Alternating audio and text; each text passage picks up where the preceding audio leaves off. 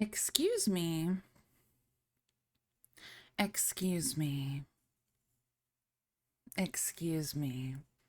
Hi. Hi, everyone. Yeah. Yeah. Carrot. Bring back the real streamer. A menace, I swear to God. Oh God, I need to fix this.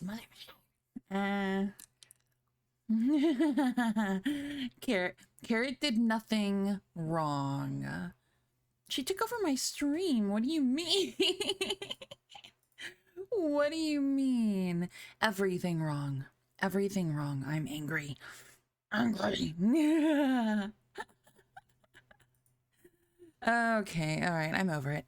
Hi, hello. Nothing wrong was done. Okay, okay, okay, okay. If you say so. Let me get some music on for us.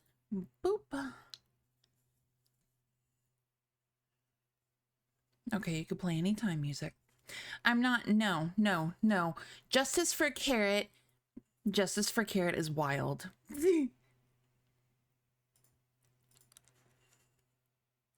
Dark for Elise, there we go. No, thank you. I don't think I'll free her, no thank you. Mm-mm.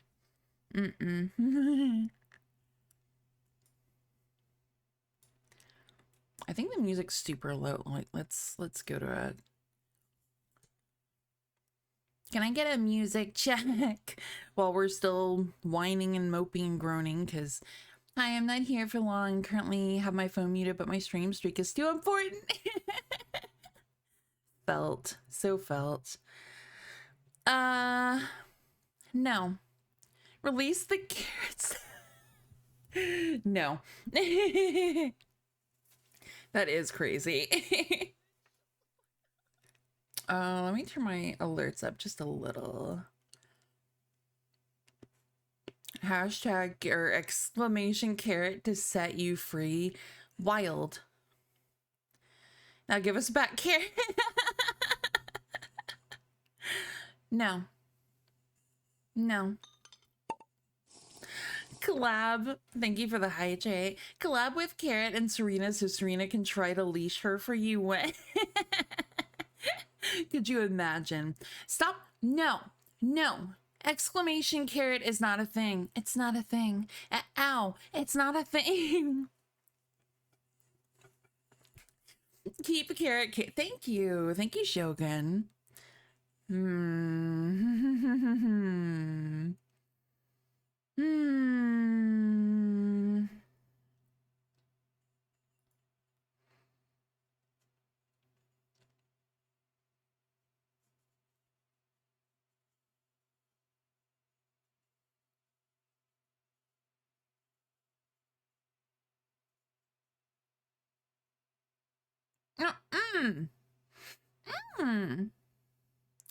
Best part.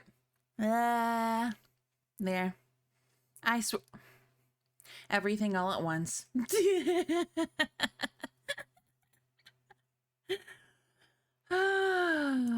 Yes. I missed you all too.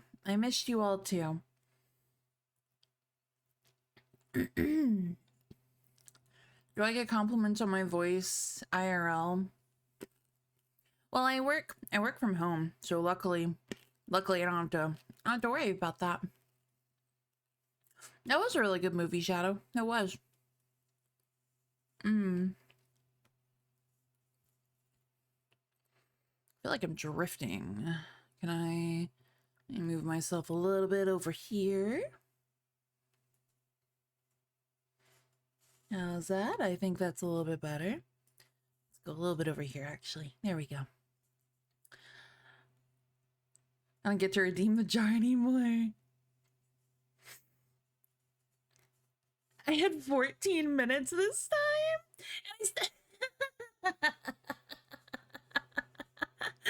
And I still didn't finish the cough drop. Shadow was like, oh, there's that fucking crunch. There's that fucking crunch. Guillermo, thank you for the follow. Thank you for the follow. I hope you're doing good. I was distracted. You saw me. You saw me. I was stuck. I'm here for the cough drop ASMR. Delmac, thank you for the follow. I hope you're doing good too. True. I haven't had to bring out Stabitha in a hot minute. That's true. Yeah, Dreamy's always here. What do you mean? What do you mean? I've been turned into Dice Gear. She probably would have deserved it, honestly. Y'all saw what she did. Yeah. Dreamy's taking up residence in my hair right now. Sentry, thank you for the follow.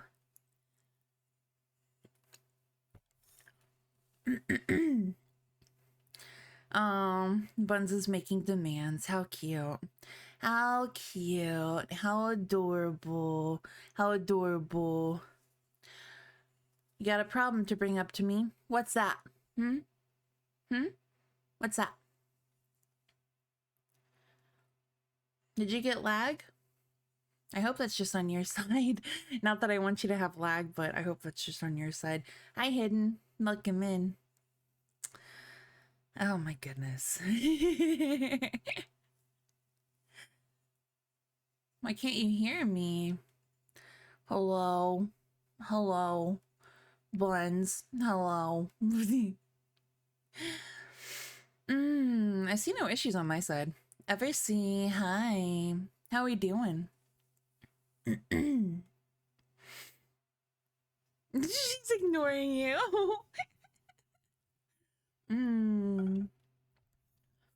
But yes. I was snapped out of doze this morning when someone said they had a secret to share.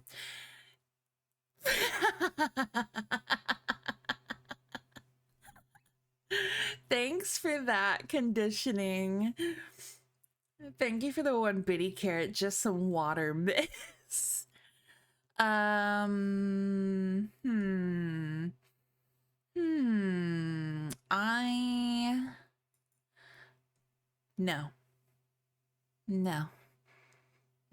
you've been a bad girl.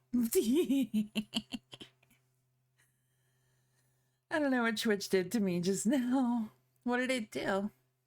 Not the secret.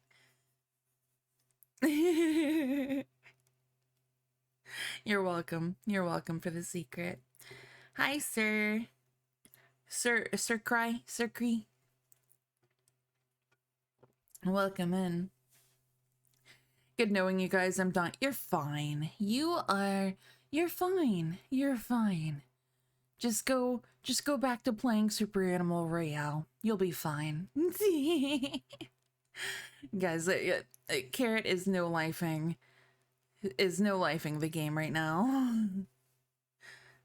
Hi, Bunny Jacob. Welcome in.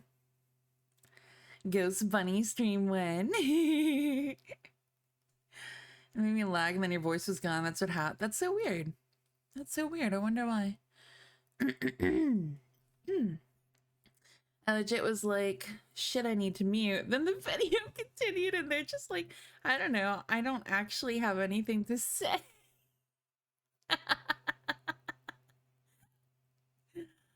Oh, that's funny.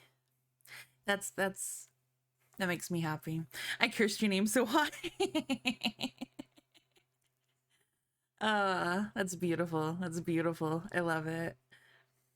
You just got a legendary bug in SARS. Guys, we were playing SARS for a hot minute.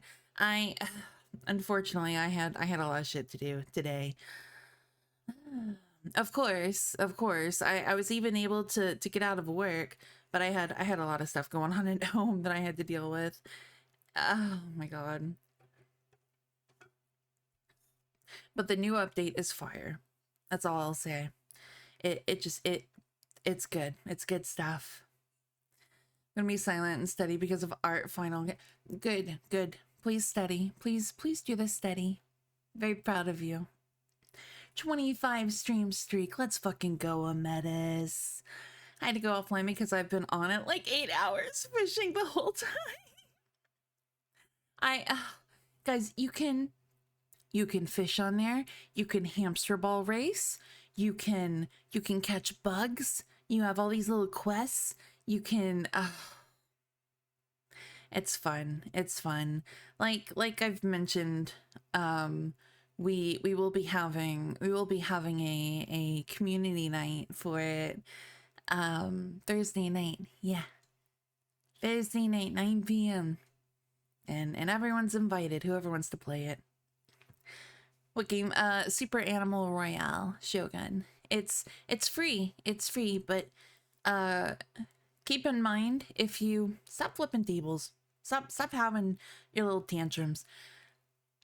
I'm proud of you too. Oh, I saw that. And meanwhile, food is putting the table back down. Yeah, if you do play with us, I would suggest playing it like hopping on there first beforehand. Because there is kind of like a tutorial that you have to go through that it takes a little bit. We were fighting the servers. All right, I'm gonna try the game tomorrow. Yeah, you should. It's really fun. It's super fun. I have like 80 to 90 hours in it. Carrot and Kate have a whole bunch of hours. And like we're fans of the game. They have like hundreds of hours, I would say. I assume. I think Carrot has like in the thousands. They've also played like a lot longer than I have. Yeah, there's a whole tutorial before you really get through it. Technically, to get where you can join games, it's only, yeah, it's not bad. It's not bad. I'm gonna get bug net and fishing pole. Yeah. Even that's not bad. It was mainly just, you know, the first, like we were playing it like an hour. Well, I joined them like an hour or two after the release of the big update. So the servers were rough. One Genius, thank you for the follow. Welcome in. Carrot's such a fan they banned her from chat. Yeah, just from comms, just from the chat. She can still play the game. Kinger, what's going on? We're just yapping for a minute, and I think that's honestly a good sign for me to switch over to our story. We have music going. We're good there. Let's see. And we are reading. Thank you for the head pats hidden. We are reading Carmilla. We started reading that last week. We started reading that last Tuesday. It is a vampire story. It is a vampire story that came out. It's not the first vampire story or anything like that, but it came out before Dracula. And it was one of those ones I just kind of randomly found on a list and was like, oh, interesting. And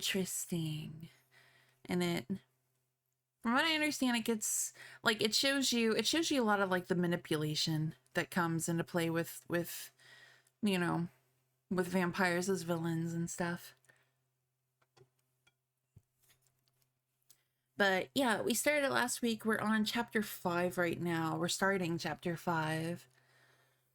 It is possible to give recommendations for books, Shogun. Absolutely. I don't know if you are in the Discord. You don't have to be, but yeah, the Discord is the best place to throw recommendations at me, whether they're books, whether they're games, whatever. Roleplay ideas like that I can do on Twitch, you know, whatever. Yeah, I'm enjoying the book. I mean, ow. Because I said throw. Okay. Keep it up and I still have, I can, with a few clicks of a button, of a few buttons. Oh, you're under bubbles. Okay. I can easily, the cage can come back out. Like Carrot's stuck in there. She's not coming out. Throw hype. Don't you fucking dare. But also thank you for the 100 biddies, and that is, I listen. I'm just one more time. That's all you got. and then it's coming the fuck back out, okay? It's coming the fuck back out. I don't want. All right. Okay. We're doing it like this. All right. I gotta size it down because I sized y'all down.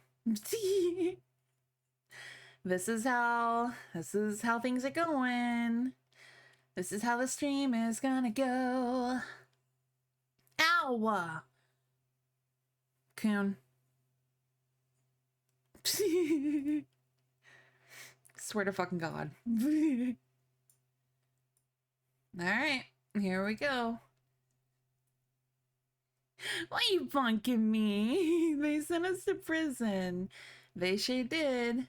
Blame them. I want the cage top up there. Hold up.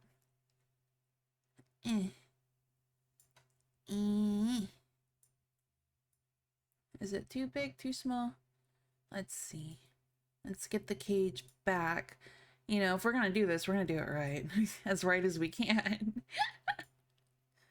This cage is so flimsy. I don't know what you're talking about. Look.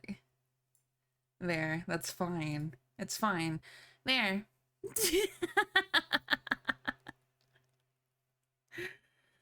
Oh, chat. My sweet, adorable little creatures. I swear to God. If you don't behave, all you have to do, literally all you have to do is not throw things at the streamer. The bars aren't even connected at the bottom. We're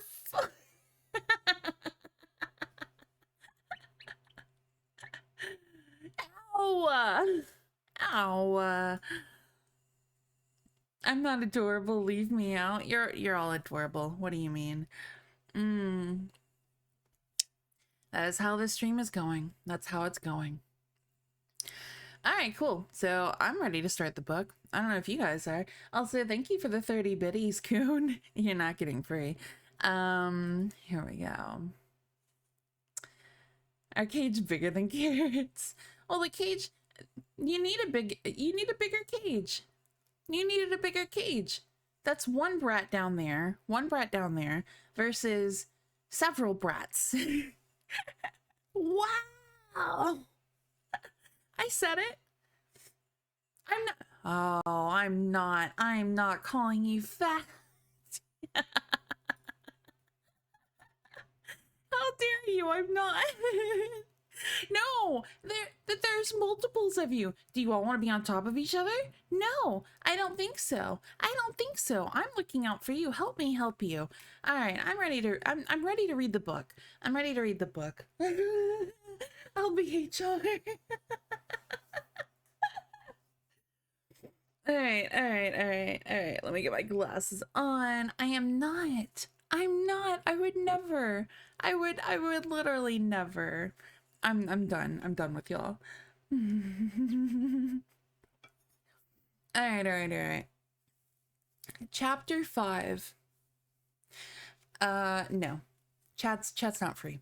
Chat's been bad. Chat needs a timeout, and chat is getting a timeout. Okay. Chapter 5, A Wonderful Likeness. This evening there arrived from Gratz the grave, dark-faced son of the picture cleaner, with a horse and cart laden with 2 large packing cases, having many pictures in each. It was a journey of 10 leagues, and whenever a messenger arrived at the Schloss, which remember Schloss means castle, from our little capital of Graz, we used to crowd about him in the hall to hear the news. Hi, Shady. First, she hates all blue. Oh, here we go. All blue-haired characters and wants them. I don't want them dead. I don't want anyone dead. No. Then she imprisons us. I'm not. Shady, no. She locks us up and is like, let me read a book.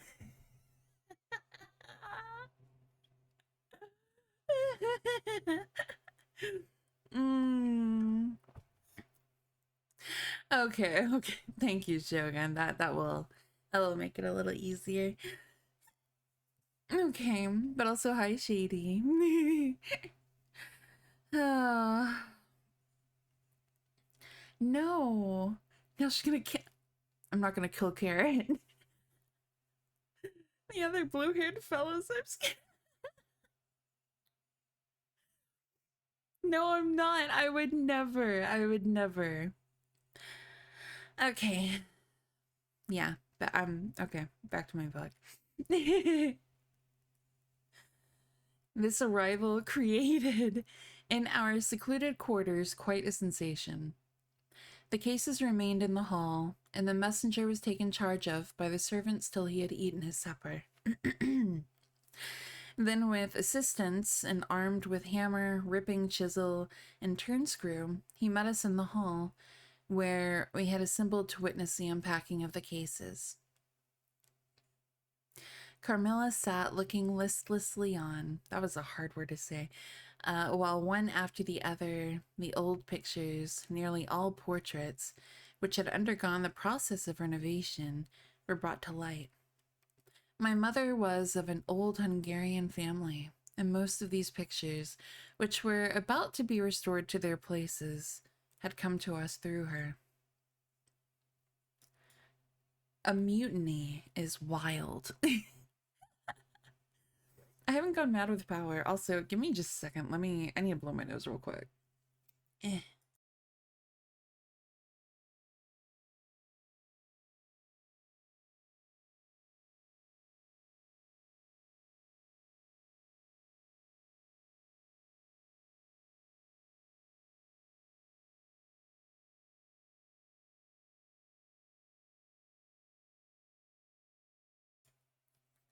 Don't stage a hunger.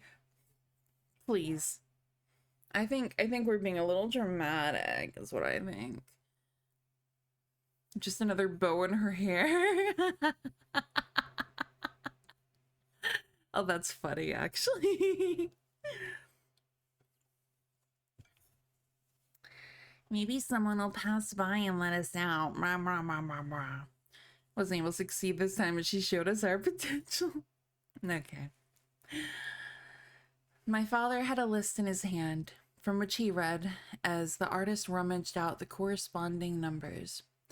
I don't know what the pictures were very good. Oh, I don't know that the pictures were very good, but they were, undoubtedly, very old and, some of them, very curious also. They had, for the most part, the merit of being now seen by me, I may say, for the first time. For the smoke and dust of time had all but obliterated them. There is a picture that I have not seen yet, said my father. In one corner, at the top of it, is the name, as well as I could read, Marcia Karnstein, and the date 1698, and I am curious to see how it has turned out. I remembered it. It was a small picture, about 1.5 feet high, and nearly square, without a frame, but it was so blackened by age that I could not make it out. The artist now produced it with evident pride. It was quite beautiful. It was startling. It seemed to live. It was the effigy of Carmilla. Carmilla, dear, here is an absolute miracle. Here you are, living, smiling, ready to speak in this picture. Isn't it beautiful, Papa? And see, even the little mole on her throat. Viva la revolution.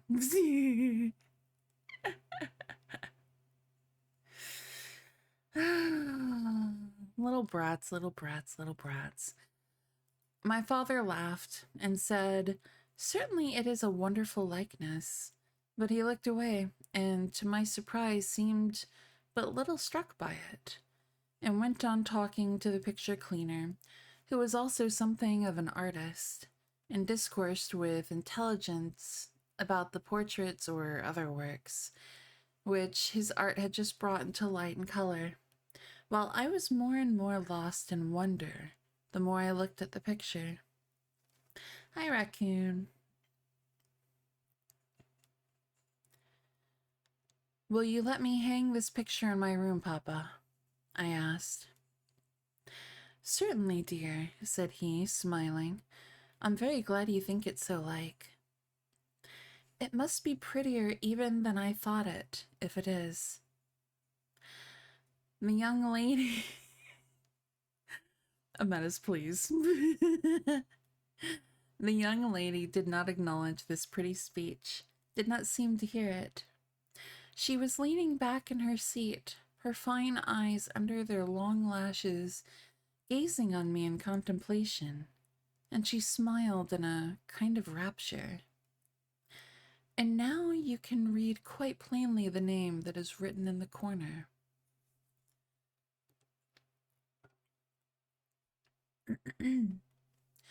It is not Marcia. It looks as if it was done in gold.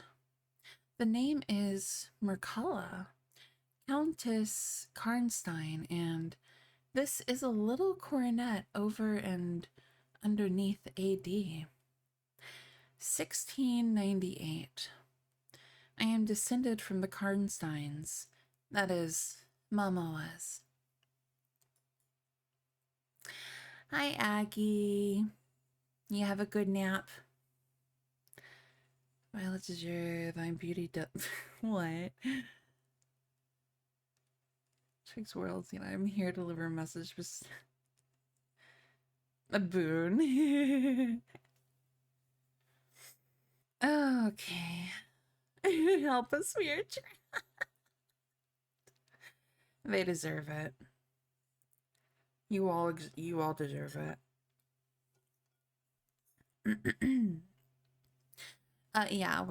Yeah, those redeems are off right now. But I appreciate you. Ah, said the lady languidly. So am I think. A very long descent, very ancient. Are there any Karnsteins living now? None who bear the name, I believe. The family were ruined, I believe, in some civil wars long ago. But the ruins of the castle are only about 3 miles away. How interesting, she said, languidly. But see what beautiful moonlight.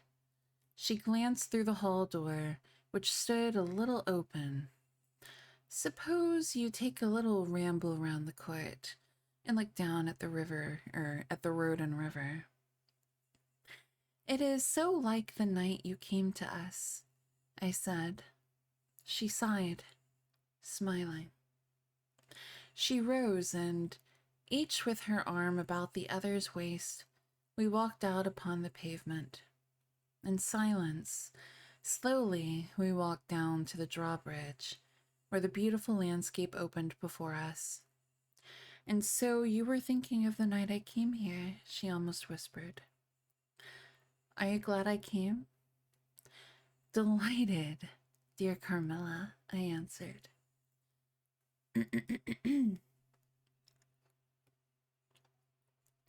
We are angels. That's a cute statement. That's a cute statement. Yeah, Thursday's game night. I woke up and we're in jail. Start my RPG protagonist arc.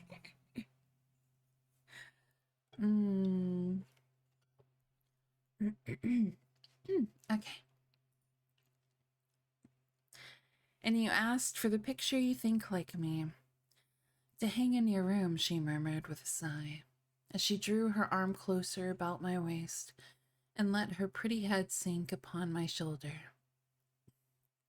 How romantic you are, Carmilla, I said. Whenever you tell me your story, it will be made up chiefly of someone great romance. She kissed me silently. I am sure, Carmilla, you have been in love, that there is, at this moment, an affair of the heart going on. I have been in love with no one, and never shall, she whispered, unless it should be you. Ooh.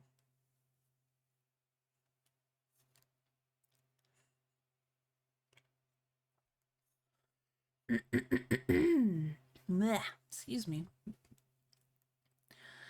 As per state law, you're required to feed us, Banshee. Where's the food?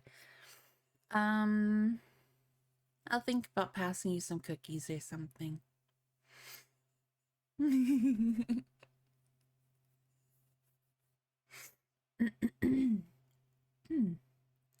am I? Okay. How beautiful she looked in the moonlight. They'll be they'll be salt cookies. No, they won't. No, they won't. Where we're going, there's no laws. You're trying to cross the border, right? Walked right into that Imperial ambush. Same as us and that thief over there. Just gonna feed us oatmeal. Bro, oatmeal raisin cookies, especially like homemade ones, they slap. They're so good. I didn't it wasn't salt cookies. It was like a salt fucking like loaf cake. I'm sorry. It wasn't my fault.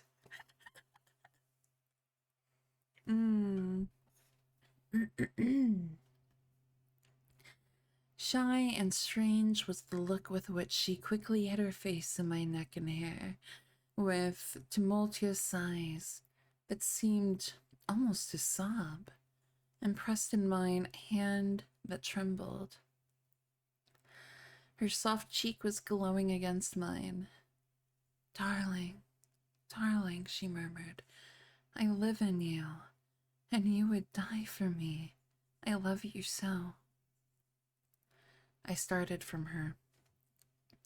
She was gazing on me with eyes from which all fire, all meaning had flown, and a face colorless and apathetic. Is there a chill in the air, dear? She said drowsily. I almost shiver.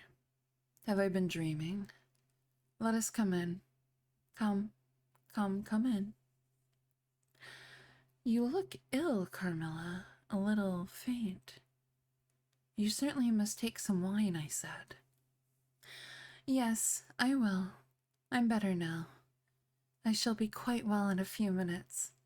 Yes, do give me a little wine, answered Carmilla, as we approached the door. Let us look again for a moment. It is the last time, perhaps, I shall see the moonlight with you. How do you feel now, dear Carmilla? Are you really better? I asked. I was beginning to take alarm, lest she should have been stricken with the strange epidemic that they said had invaded the country about us. Papa would be grieved beyond measure, I added, if he thought you were ever so little ill, without immediately letting us know. We have a very skillful doctor near us, the physician who was with Papa today. I'm sure he is. I know how kind you all are, but, dear child, I am quite well again. There is nothing ever wrong with me, but a little weakness. People say I am languid. I am incapable of exertion. I can scarcely walk as far as a child of 3 years old, and every now and then the little strength I have falters, and I become as you have just seen me, But after all, I am very easily set up again. In a moment, I am perfectly myself. See how I have recovered? So, indeed, she had. And she and I talked a great deal, and very animated she was. And the remainder of that evening passed without any recurrence of what I called her infatuations. I mean, her crazy talk and looks, which embarrassed and even frightened me. But there occurred that night an event which gave my thoughts quite a new turn, and seemed to startle even Carmilla's languid nature into momentary energy.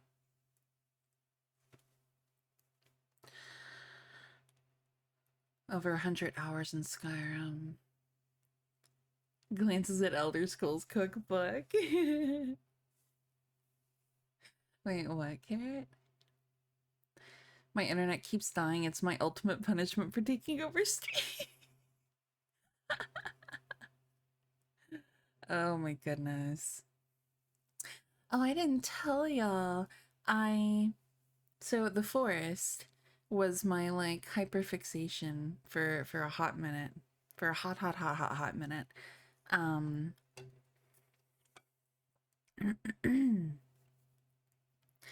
And I've played it, like I've had multiple different playthroughs. I've never beaten it, or I had never beaten it.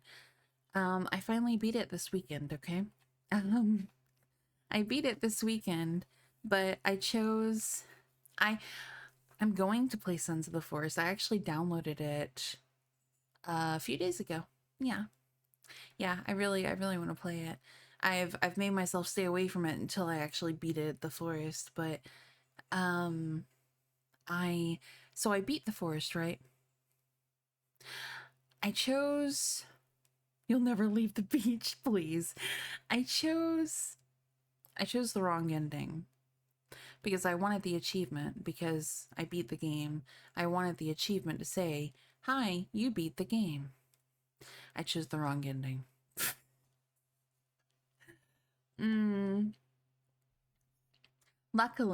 Luckily, I had a previous save that was pretty close to the ending, so I got the right.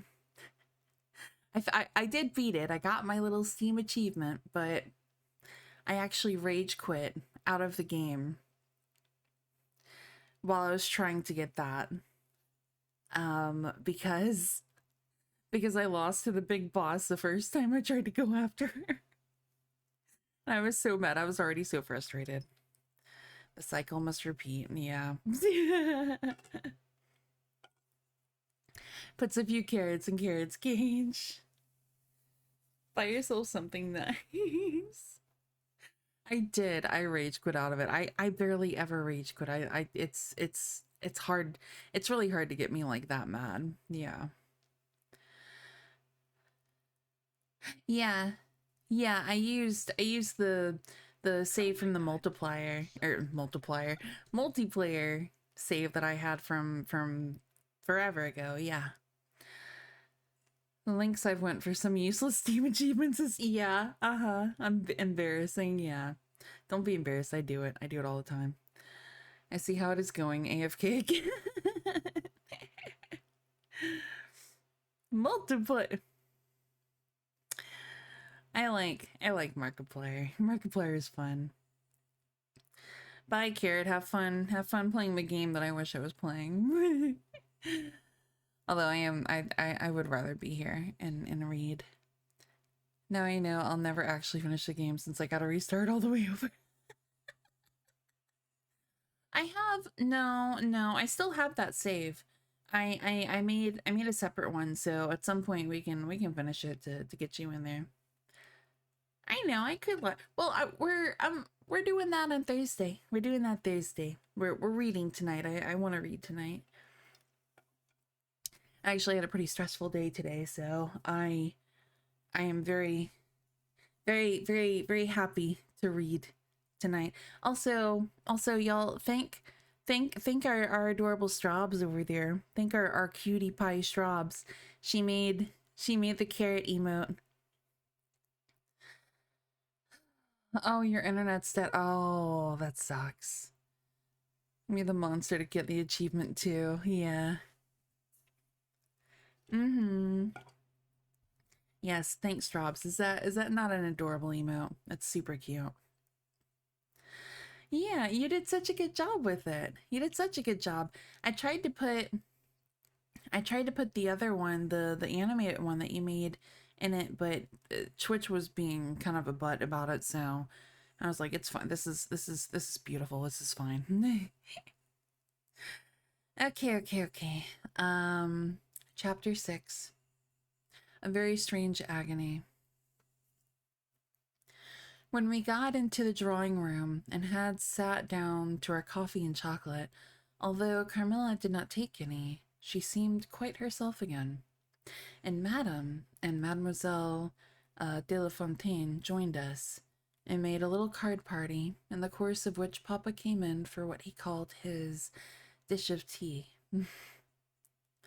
When the game was over, he sat down beside Carmilla on the sofa and asked her, a little anxiously, whether she had heard from her mother since her arrival. She answered, no. He then asked whether she knew where a letter would reach her at present. Hello, motherfucker. Hi, Kale. Welcome in. I cannot tell, she answered ambiguously. But I have been thinking of leaving you. You have been already too hospitable and too kind to me.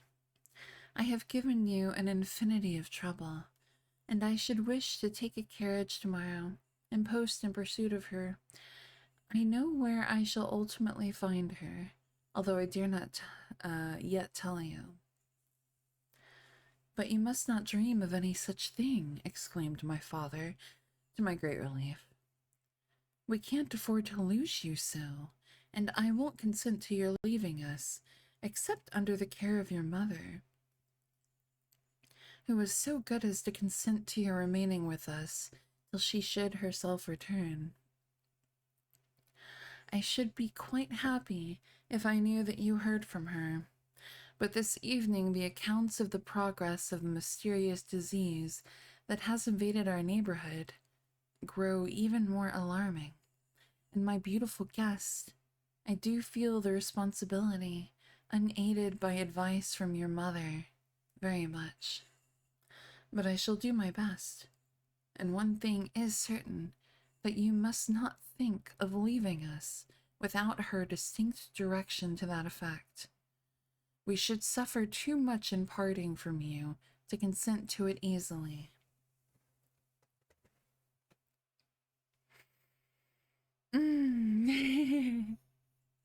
Yeah, Aggie, you missed Carrot's big moment. Thank you, sir, 1,000 times for your hospitality, she answered, smiling bashfully. You have all been too kind to me. I have seldom been so happy in all my life before, as in your beautiful chateau, under your care, and in the society of your dear daughter. So he gallantly, in his old-fashioned way, kissed her hand, smiling and pleased at her little speech. Hi, Fishy. Welcome in. Yes, we're reading. We're reading a vampire story, Fishy. No, I know. I know you were sleepy. It's okay. I accompanied Carmilla as usual to her room and sat and chatted with her while she was preparing for bed. Hi, Slickies.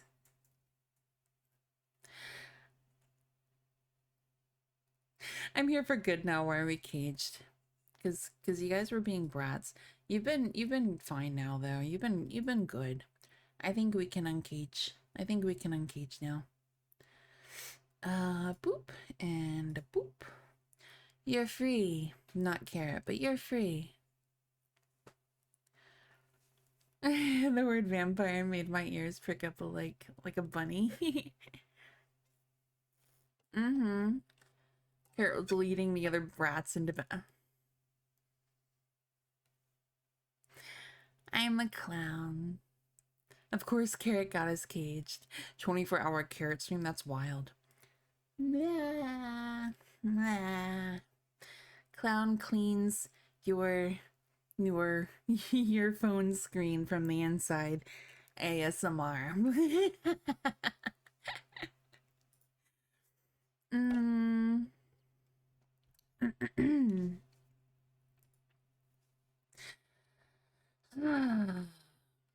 Exclamation Carrot is wild. Do you think, I said at length, that you will ever confide fully in me? She turned around smiling. Ow! She turned around smiling, but made no answer, only continued to smile on me. You won't answer that, I said. You can't answer pleasantly. I ought not to have asked you. You were quite right to ask me that, or anything. You do not know how dear you are to me, or you could not think any confidence too great to look for. The main character is actually talking to the vampire. She doesn't know she's a vampire yet, though.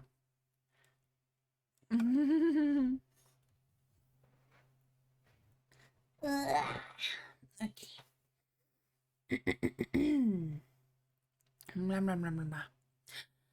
But I am under vows, no none half so awfully, and I dare not I swear to God I can read. I dare not tell my story yet, even to you. The time is very near when you shall know everything. You will think me cruel, very selfish, but love is always selfish. The more ardent, the more selfish. How jealous I am, you cannot know. You must come with me, loving me to death, or else hate me and still come with me, and hating me through death and after. There is no such word as indifference in my apathetic nature. Interview with a vampire? The show or the movie? The show or the movie? Both answers are correct.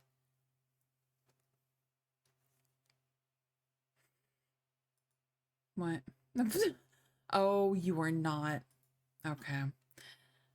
I love the movie. The movie's so good. The show is really good too, though, Fishy. If you haven't seen it, you should.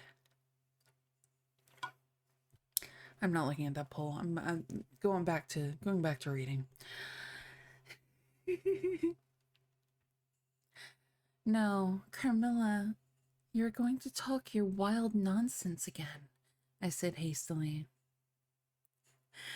Not I, silly little fool as I am, and full of whims and fancies. For your sake, I'll talk like a sage. Were you ever at a ball? No. How you do run on. What is it like? How charming it must be. I almost forget. It is years ago. I laughed.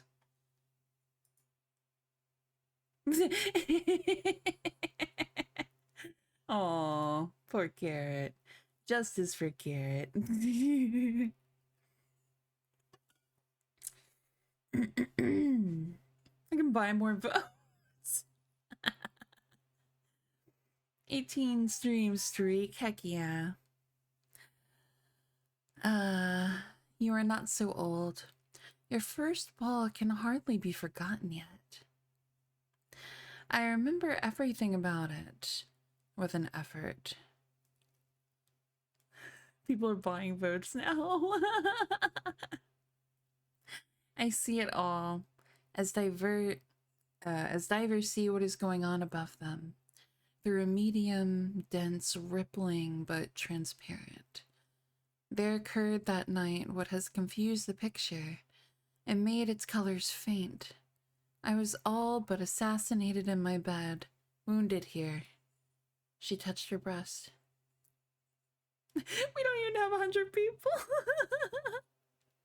and never was the same since. High and crowned. Were you near dying? Yes, very. A cruel love, strange love, that would have taken my life. Love will have its sacrifices. No sacrifice without blood. Let us go to sleep now. I feel so lazy. How can I get up just now and lock my door?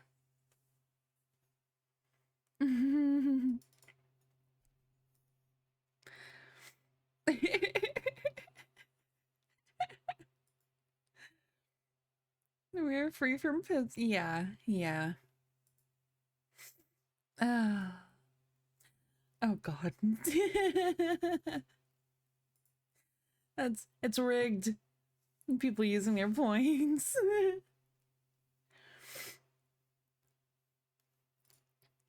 She was lying with her tiny hands buried in her rich wavy hair under her cheek, her little head upon the pillow, and her glittering eyes followed me wherever I moved, with a kind of shy smile that I could not decipher.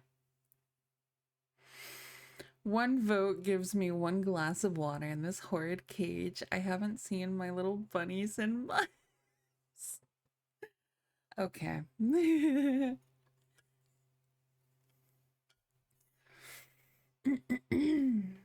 Okay. I bid her good night and crept from the room with an uncomfortable sensation.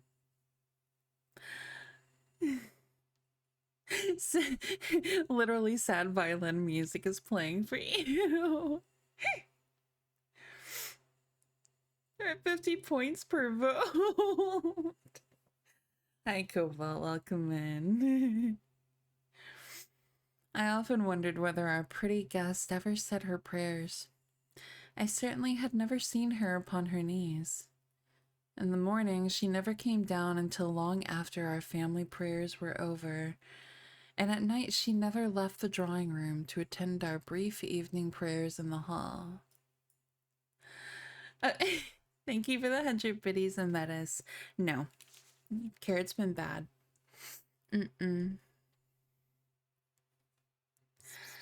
Nathaniel, thank you for the follow. Welcome in, welcome in. That's a rigged vote. It doesn't count. It doesn't count. It doesn't count. Put me to sleep, throw me in a closet, chain me. What? Water bowl, I don't want responsibilities anymore. Please kidnap me. That's so real. Oh, goodness. It was rigged. It was rigged. 3,300 points. My fortune went to Carrot. Hi, Nathaniel. Kinger, thank you for the follow. Welcome in. I don't know why I'm saying welcome in. You've been in here. Hi, Nikki. We tried. We're not gonna lie. I wasted 2.5 on nothing. Oh no. Oh, I'm sorry you're sick, Hidahara. I'm so sorry. Hope you feel better. Exactly what you've been saving for.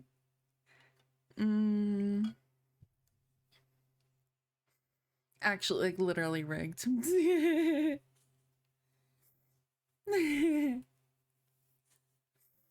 Oh, goodness. Excuse me. Oh my goodness. I am so yawny right now. Holy cow.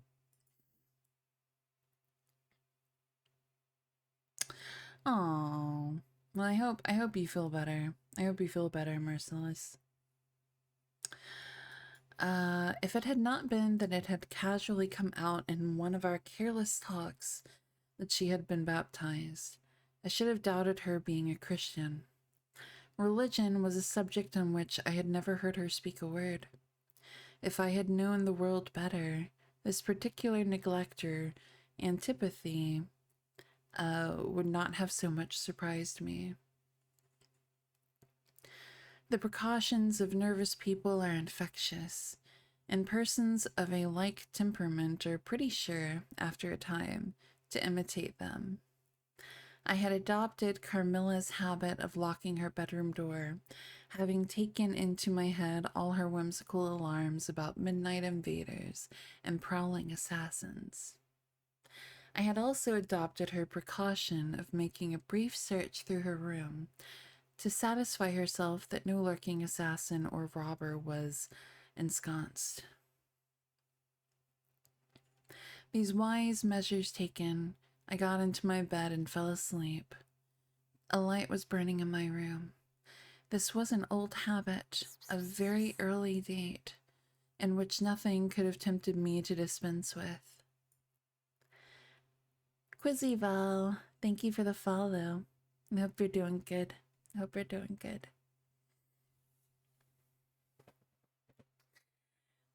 You have to be a monster girl to be one of Banshee's mods. Yeah. Yeah. Hello, there's monster girls everywhere here. They're everywhere. Is Kun like a stalwart stone golem protecting the dungeon? Yes. Little monster fluffers. I mean, what? What? Okay, I need to go back to my book.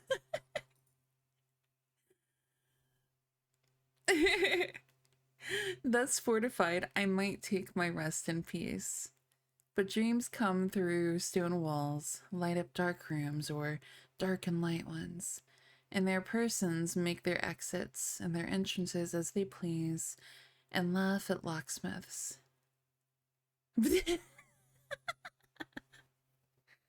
Nothing. You didn't miss anything. I had a dream that night that was the beginning of a very strange agony. I cannot call it a nightmare, for I was quite conscious of being asleep. But I was equally conscious of being in my room and lying in bed, precisely as I actually was. I saw, or fancied I saw, the room and its furniture just as I had seen it last, except that it was very dark, and I saw something moving round the foot of the bed, which at first I could not accurately distinguish. But I soon saw that it was a sooty black animal that resembled a monstrous cat. It appeared to me about 4 or 5 feet long, for it measured fully the length of the hearthrug as it passed over it, and it continued toing and froing with the lithe, sinister restlessness of a beast in a cage. I could not cry out, although, as you may suppose, I was terrified.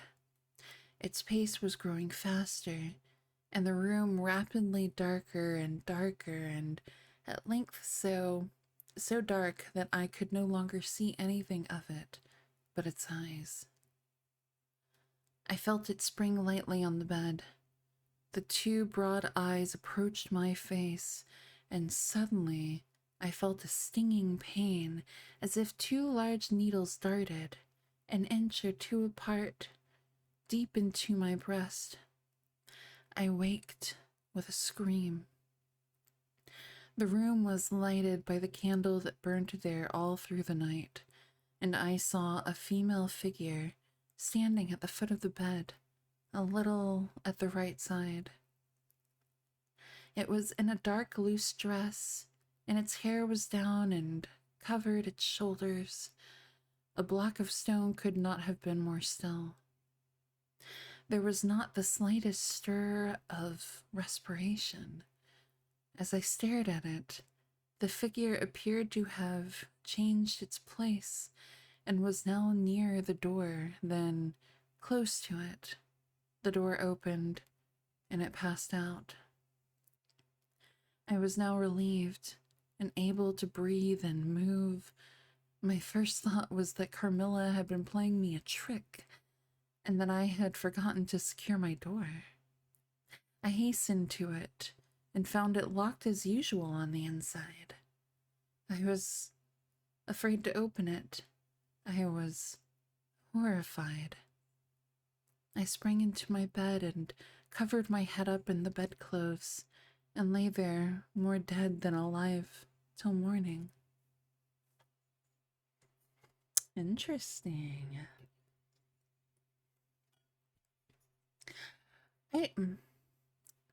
Can you love monsters too much? Is that a thing? I can't relate.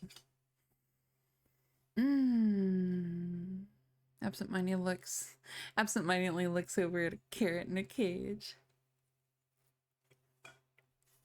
Pass the file through the bars.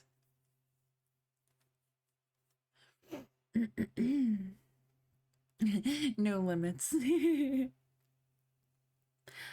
Chapter 7, Descending. It would be vain my attempting to tell you the horror with which, even now, I recall the occurrence of that night. It was no such transitory terror as a dream leaves behind it.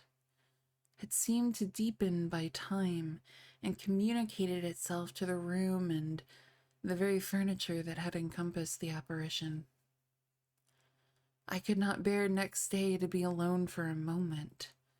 I should have told Papa, but for two opposite reasons. At one time, I thought he would laugh at my story, and I could not bear its being treated as a jest. And at another, I thought he might fancy that I had been attacked by the mysterious complaint which had invaded our neighborhood. I had myself no misgiving of the kind, and as he had been rather an invalid for some time, I was afraid of alarming him. I was comfortable enough with my good-natured companions, Madame Perrodon and the vivacious Mademoiselle La Fontaine. They both perceived that I was out of spirits and nervous, and at length I told them what lay so heavy at my heart. Mademoiselle laughed, but I fancied that Madame Perrodon looked anxious. By the by, said Mademoiselle, laughing, the long lime tree walk behind Carmilla's bedroom window is haunted. Nonsense, exclaimed Madame, who probably thought the theme rather inopportune. And who tells that story, my dear? Martin says that he came up twice when the old yard gate was being repaired before sunrise, and twice saw the same female figure walking down the lime tree avenue.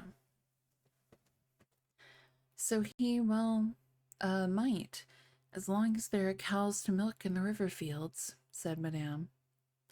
I dare say, but Martin chooses to be frightened, and never did I see fool more frightened.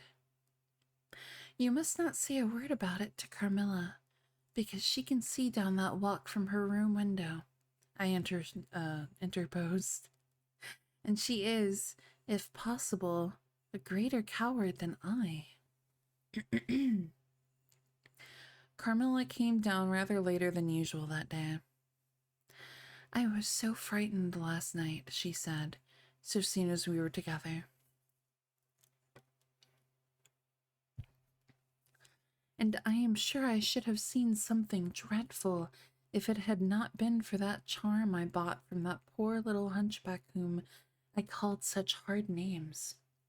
I had a dream of something black coming round my bed, and I awoke in a perfect horror, and I really thought, for some seconds, I saw a dark figure near the chimney-piece, but I felt under my pillow for my charm, and the moment my fingers touched it, the figure disappeared, and I felt quite certain, only that I had it by me, that something frightful would have made its appearance, and perhaps throttled me, as it did those poor people we've heard of.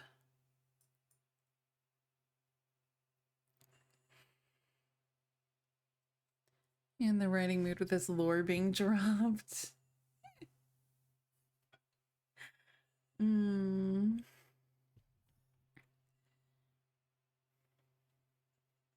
What is happening in chat?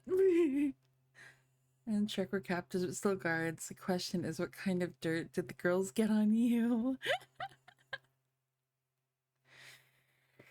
Oh, it's funny. Well, listen to me, I began, and recounted my adventure, at the recital of which she appeared horrified. And had you the charm near you? She asked, earnestly.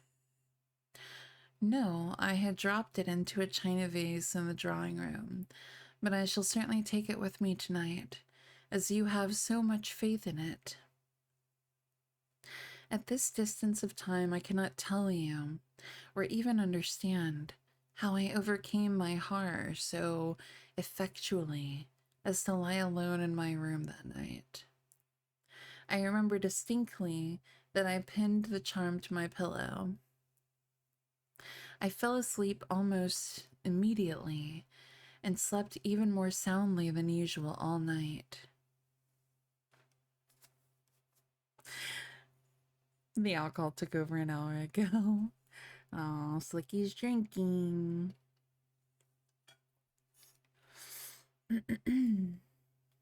Next night I passed as well. My sleep was delightfully deep and dreamless, but I wakened with a sense of lassitude and melancholy, which, however, did not exceed a degree that was almost luxurious.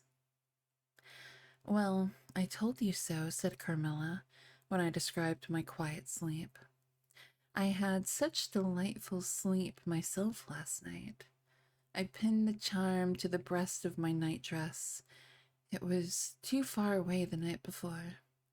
I am quite sure it was all fancy, except the dreams. I used to think that evil spirits made dreams, but our doctor told me it is no such thing.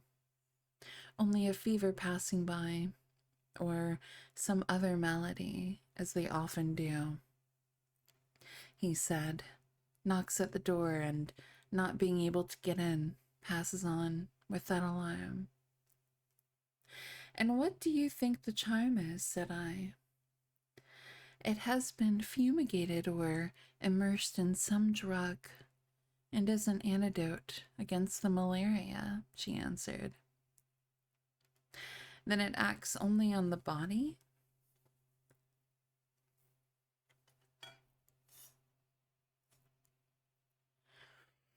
Yeah, it's reading time. Listen.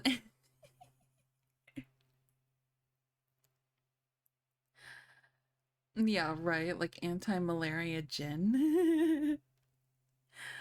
Certainly. You don't suppose that evil spirits are frightened by bits of ribbon or the perfumes of a druggist's shop? No. These complaints, wandering in the air, begin by trying the nerves, and so infect the brain, but before they can seize upon you, the antidote repels them. That I am sure is what the charm has done for us. It is nothing magical. It is simply natural. Excuse me.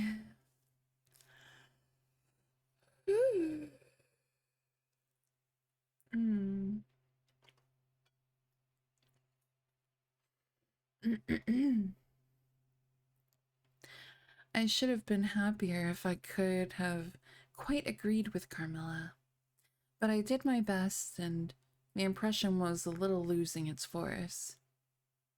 Thank you. For some nights I slept profoundly, but still every night I felt the same lassitude, and a languor weighed upon me all day. I felt myself a changed girl. A strange melancholy was stealing over me, a melancholy that I would not have interrupted. Dim thoughts of death began to open, and an idea that excuse me, and an idea that I was slowly sinking took gentle and somehow not unwelcome possession of me. If it was sad, the tone of mind which this induced was also sweet. Whatever it might be, my soul acquiesced in it.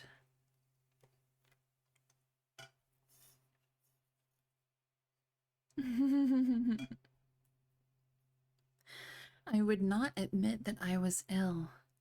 I would not consent to tell my papa or to have the doctor sent for. Carmilla became more devoted to me than ever, and her strange paroxysms of languid adoration more frequent. She used to gloat on me with increasing ardor the more my strength and spirits waned. This always shocked me like a momentary glare of insanity. Without knowing it, I was now in a pretty advanced stage of the strangest illness under which mortal ever suffered. There was an unaccountable fascination in its earlier symptoms that more than reconciled me to the incapacitating effect of that stage of the malady. This fascination increased for a time until it reached a certain point when gradually a sense of the horrible mingled itself with it, deepening, as you shall hear, until it discolored and perverted the whole state of my life. The first change I experienced was rather agreeable. It was very near the turning point from which began the descent of Avernus.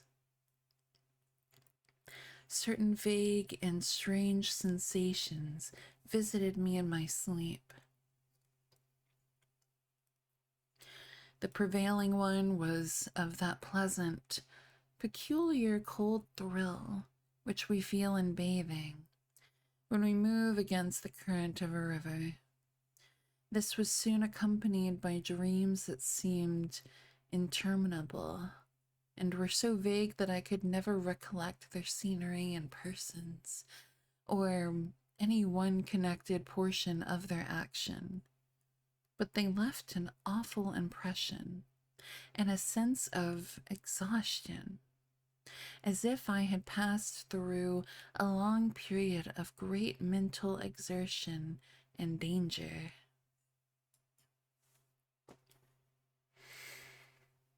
Oh, thank you for the stretch. Can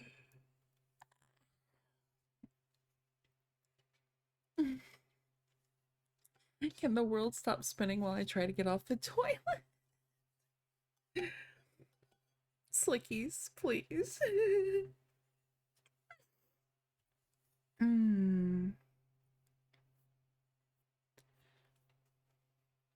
Yeah, it does. It does. Like Ugh.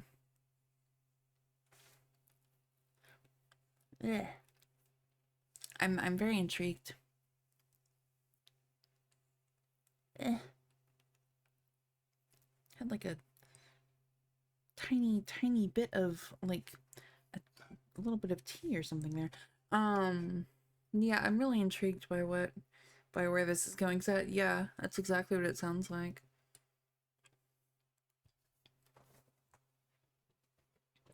And how Carmilla is becoming more, you know, more energetic and such.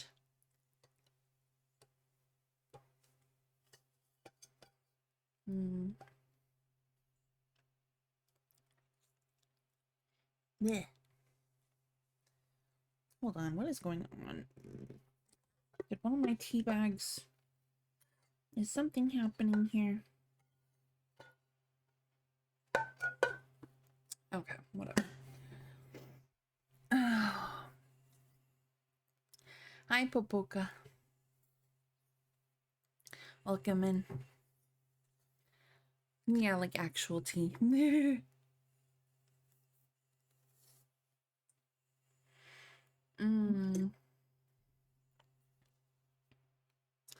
Night night, MC. Night night. Thank you for being here. The book I was going to recommend is called Wax. It's a supernatural horror. So the only thing with books is they have to be under public domain. If they're under copyright, I can't read them. So not on stream, of course. She got the tea bag of sadness and despair. Okay. After all these dreams there remained on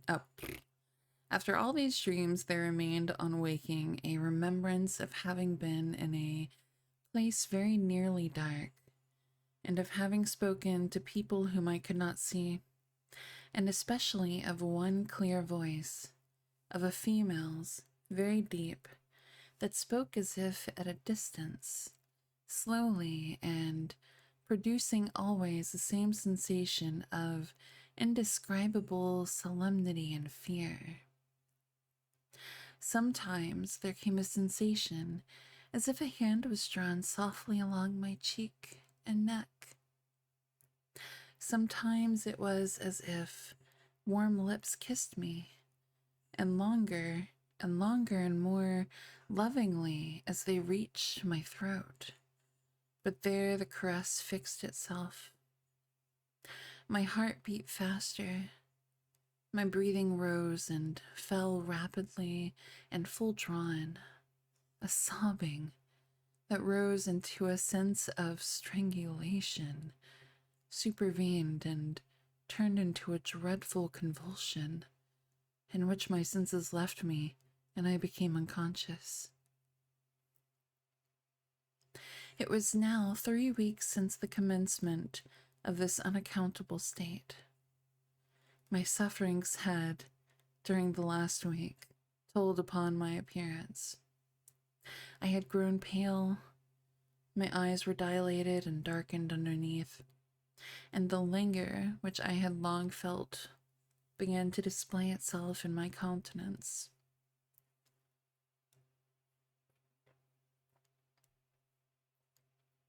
Yeah, what Shadow said. My father asked me often whether I was ill, but with an obstinacy which now seems to me unaccountable, I persisted in assuring him that I was quite well. And since this was true, I had no pain. I could complain of no bodily derangement. My complaint seemed to be one of the imagination or the nerves, and horrible as my sufferings were, I kept them with a morbid reserve very nearly to myself. It could not be that terrible complaint which the peasants called the upire, for I had now been suffering for 3 weeks, and they were seldom ill for much more than 3 days, when death put an end to their miseries. Carmilla complained of dreams and feverish sensations, but by no means of so alarming a kind as mine. I say that mine were extremely alarming. Had I been capable of comprehending my condition, I would have invoked aid and advice on my knees. The narcotic of an unsuspected influence was acting upon me, and my perceptions were benumbed. I am going to tell you now of a dream that led immediately to an odd discovery.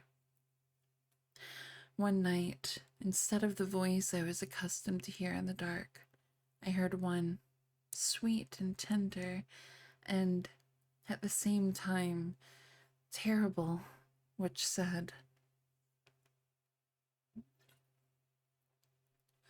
"Your mother warns you to beware of the assassin." At the same time, a light unexpectedly sprang up, and I saw Carmilla standing near the foot of my bed, in her white nightdress, bathed from her chin to her feet in one great stain. of blood. I awakened with a shriek, possessed with the one idea that Carmilla was being murdered. I remember springing from my bed, and my next recollection is that of standing on the lobby crying for help. Madame and Mademoiselle came scurrying out of their rooms in alarm. A lamp burned always on the lobby, and seeing me, they soon learned the cause of my terror. I insisted on our knocking at Carmilla's door. Our knocking was unanswered. It soon became a pounding and an uproar. We shrieked her name, but all was vain. We all grew frightened, for the door was locked. We hurried back in panic to my room. There we rang the bell long and furiously. If my father's room had been at that side of the house, we would have called him up at once to our aid, but, alas, he was quite out of hearing, and to reach him involved an excursion for which we none of us had courage. Servants, however, soon came running up the stairs. I had got on my dressing gown and slippers meanwhile, and my companions were already similarly furnished. Recognizing the voices of the servants on the lobby, we sallied out together, and having renewed as fruitlessly our summons at Carmilla's door, I ordered the men to force the lock. They did so, and we stood, holding our lights aloft in the doorway, and so stared into the room. We called her by name, but there was still no reply. We looked round the room. Everything was undisturbed. It was exactly in the state in which I had left it on bidding her good night. But Carmilla was gone.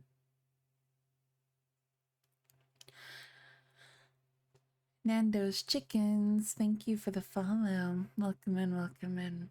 We are reading Carmilla, which is a vampire story, an old vampire story.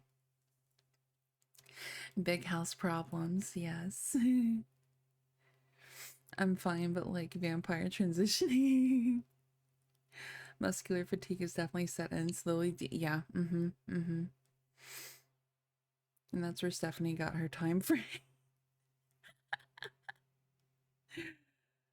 Yeah, I'm enjoying it. Carrot was a bad girl. Hi, Yuri. Welcome in, Yuri. Yeah, she was a bad girl. She took over my stream for a little bit, so she's in trouble. Imagine Victorian woman focused horror story set around yeah, right? That's exactly what it is. Victorian woman focused horror story. That's perfectly described. I would listen to your I know, thank you. I normally would, but not here. Not here. Poor Carrot read her mail and was jailed. Please send your family to my only Carrots and readers too. Chad already spoke and declared Carrot the best. That was rigged. Reading is a sacred ability that for some reason only Banshee seems to possess. That's not true. That's not true.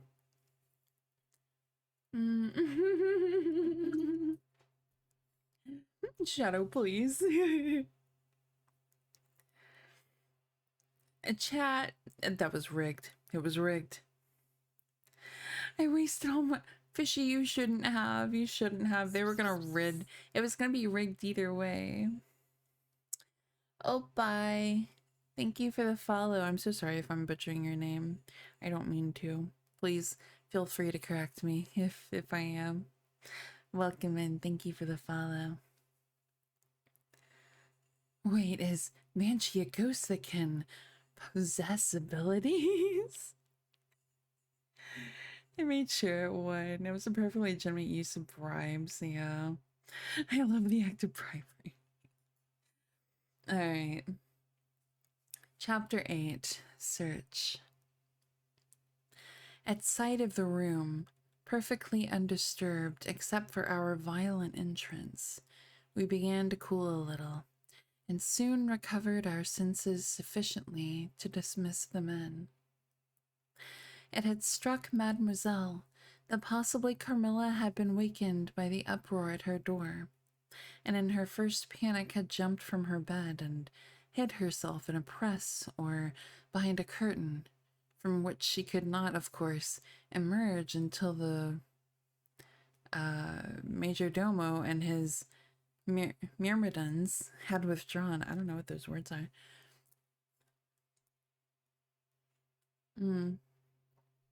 We now recommenced our search and began to call her name again. It was all to no purpose. Our perplexity and agitation increased. We examined the windows, but they were secured. I implored of Carmilla, if she had concealed herself, to play this cruel trick no longer. Oh, windows. To come out and to end our anxieties. It was all useless. I was by this time convinced that she was not in the room, nor in the dressing room, the door of which was still locked on this side. She could not have passed it. I was utterly puzzled. Had Carmilla discovered one of those secret passages which the old housekeeper said were known to exist in the Schloss, although the tradition of their exact situation had been lost? A little time would, no doubt, explain all, utterly perplexed as, for the present, we were.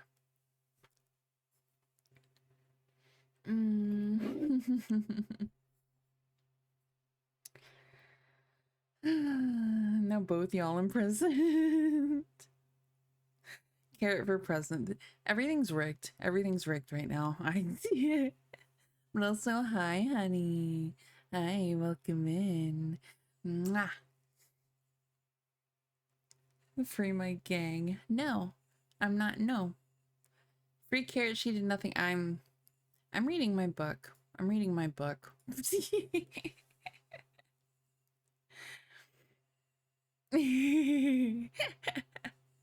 When honey calls you mommy. You're so funny. Please don't go bald.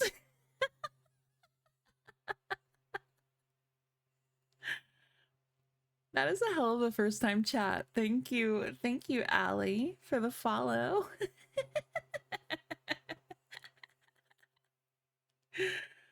Welcome in. Welcome in. I just lost the game. So, that's okay. I don't know what's happening. Should have been here yesterday. Oh god, that's right. That's right. The Dullahan.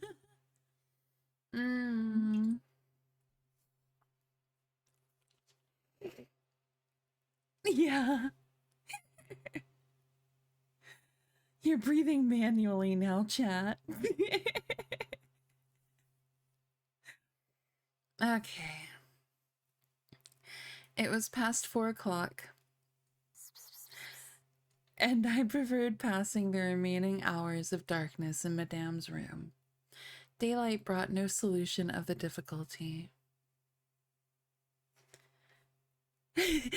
For once, I think the chat might need the cage again. I know, everyone's here. Hi. Hi. Hi, hi, hi. Super Hunter, thank you for the follow. Welcome in, welcome in. I breathe manually all the time.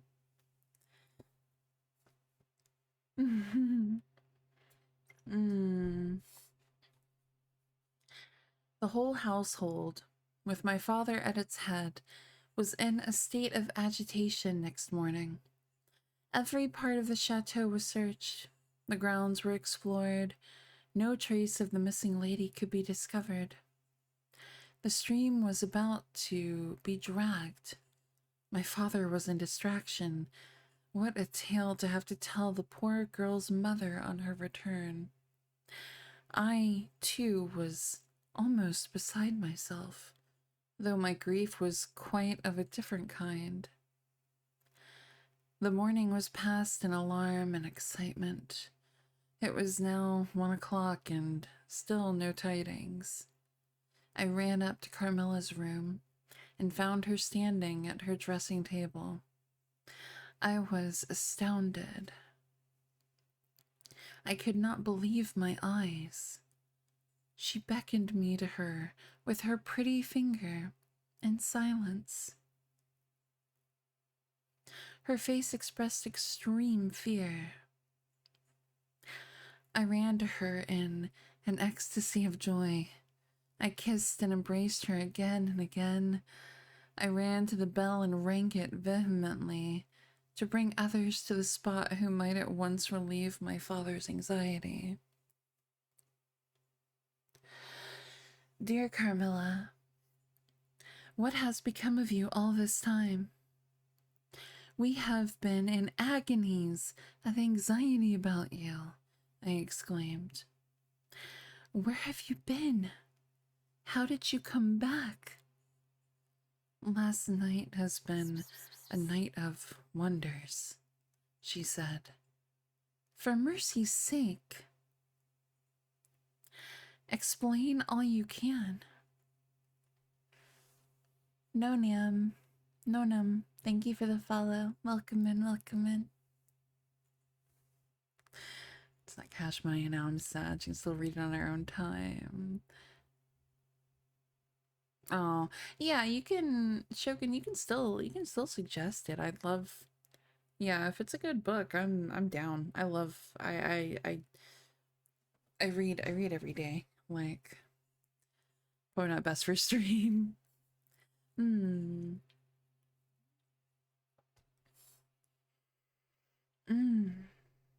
Okay. It was past 2 last night, she said, when I went to sleep as usual in my bed, with my doors locked, that of the dressing room, and that opening upon the gallery. My sleep was uninterrupted and, so far as I know, dreamless. But I woke just now on the sofa in the dressing room there, and I found the door between the rooms open, and the other door forced. How could all this have happened without my being wakened? It must have been accompanied with a great deal of noise. Excuse me, and I am particularly easily awakened. Oh God, sorry. Ugh. And how could I have been carried out of my bed without my sleep, having been interrupted?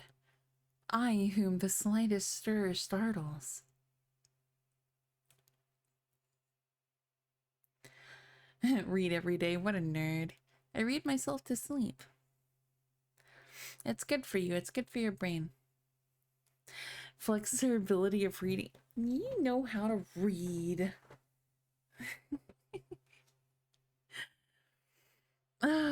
By this time, Mademoiselle, my father, and a number of the servants were in the room.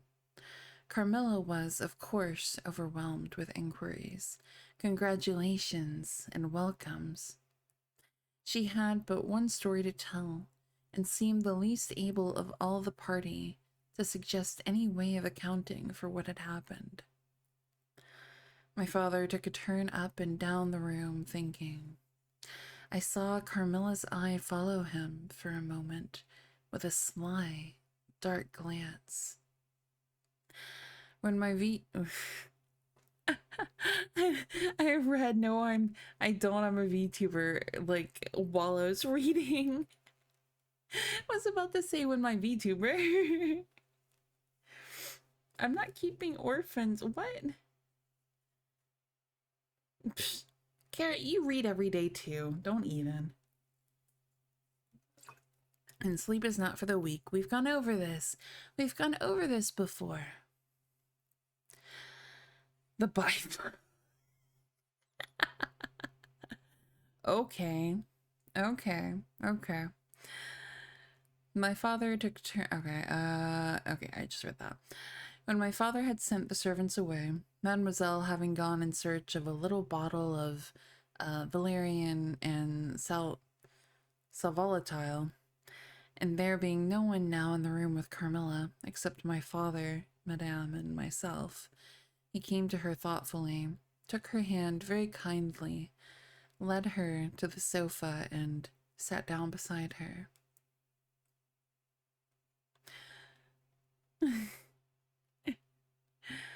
Will you forgive me, my dear, if I risk a conjecture and ask a question?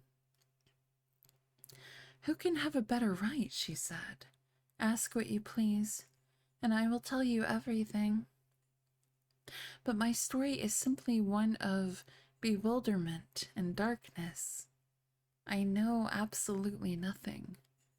Put any question you please, but you know, of course, the limitations Mamma has placed me under. Perfectly, my dear child. I need not approach the topics on which she desires our silence.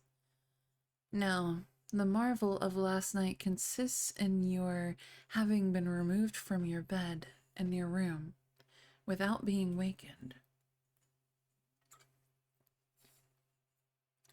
And this removal having occurred apparently while the windows were still secured and the 2 doors locked upon the inside.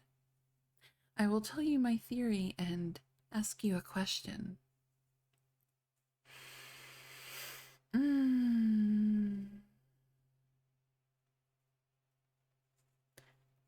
The Book of Job. Hi, Yami. Let's see. Okay. Carmilla was leaning on her hand dejectedly. Madame and I were listening breathlessly. Now, my question is this. Have you ever been suspected of walking in your sleep? Never, since I was very young indeed. But you did walk in your sleep when you were young? Yes, I know I did. I have been told so often by my old nurse. My father smiled and nodded. Well, what has happened is this. You got up in your sleep, unlocked the door, not leaving the key, as usual, in the lock, but taking it out and locking it on the outside. You again took the key out and carried it away with you to some one of the 25 rooms on this floor, or perhaps upstairs or downstairs. There are so many rooms and closets, so much heavy furniture, and such accumulations of lumber that it would require a week to search this old house thoroughly. Do you see now what I mean? I do, but not all, she answered. And how, Papa, do you account for her finding herself on the sofa in the dressing room, which we had searched so carefully? She came there after you had searched it, still in her sleep, and at last awoke spontaneously, and was as much surprised to find herself where she was as anyone else. I wish all mysteries were as easily and innocently explained as yours, Carmilla, he said, laughing. And so we may congratulate ourselves on the certainty that the most natural explanation of the occurrence is one that involves no drugging, no tampering with locks, no burglars or poisoners or witches. Nothing that need alarm Carmilla or anyone else for our safety. Carmilla was looking charmingly. Nothing could be more beautiful than her tints. Her beauty was, I think, enhanced by that graceful languor that was peculiar to her. I think my father was silently contrasting her looks with mine, for he said, I wish my poor Laura was looking more like herself, and he sighed. So our alarms were happily ended, and Carmilla restored to her friends.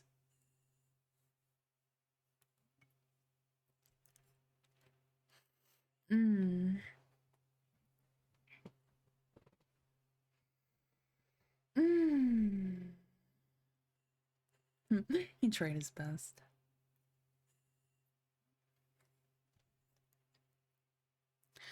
Chapter 9. The Doctor. As Carmilla would not hear of an attendant sleeping in her room, my father arranged that a servant should sleep outside her door, so that she would not attempt to make another such excursion without being arrested at her own door. That night passed quietly, and next morning early, the doctor, whom my father had sent for without telling me a word about it, arrived to see me. Madame accompanied me to the library, and there the grave little doctor, with white hairs and spectacles, whom I mentioned before, was waiting to receive me. I told him my story, and as I proceeded, he grew graver and graver. We were standing, he and I, in the recess of one of the windows, facing one another. When my statement was over, he leaned with his shoulders against the wall, and with his eyes fixed on me earnestly, with an interest in which was a dash of horror. After a minute's reflection, he asked Madame if he could see my father. He was sent for accordingly, and as he entered smiling, he said, "I dare say, doctor, you are going to tell me that I am an old fool for having brought you here. I hope I am." But his smile faded into shadow as the doctor, with a very grave face, beckoned him to him.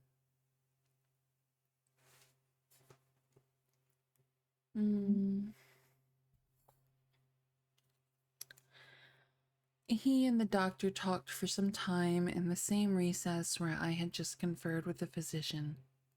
It seemed an earnest and argumentative conversation. The room is very large, and I and Madame stood together, burning with curiosity, at the farther end. Not a word could we hear, however, for they spoke in a very low tone, and the deep recess of the window quite concealed the doctor from view, and very nearly my father, whose foot, arm, and shoulder only could we see, and the voices were, I suppose, all the less audible for the sort of closet which the thick wall and window formed. After a time, my father's face looked into the room. It was pale, thoughtful, and, I fancied, agitated. Thank you for the hydrate.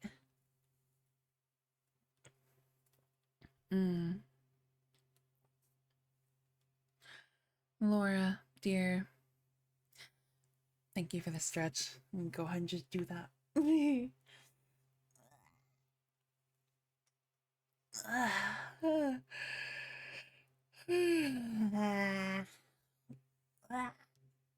And of course, clown time. Blah. Blah. Blah. Blah. Stop bonking me. Blah. Okay. I just stretch the mustache right out of you.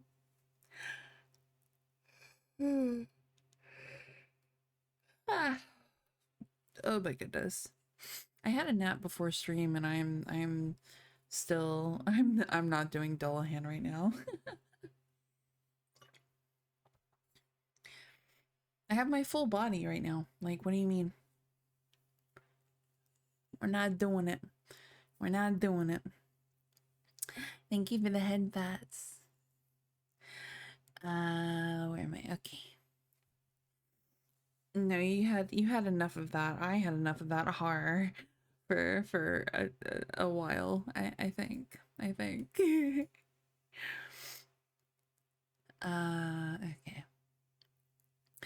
Laura, dear, come here for a moment. Madame, we shan't trouble you. the doctor says at present. Accordingly, those peak content. Oh my god, no. Ah, I think I'm reading myself to sleep. Oh my god, okay. Accordingly, I approached, for the first time, a little alarmed, for although I felt very weak, I did not feel ill. And strength, one always fancies, is a thing that may be picked up when we please. Excuse me.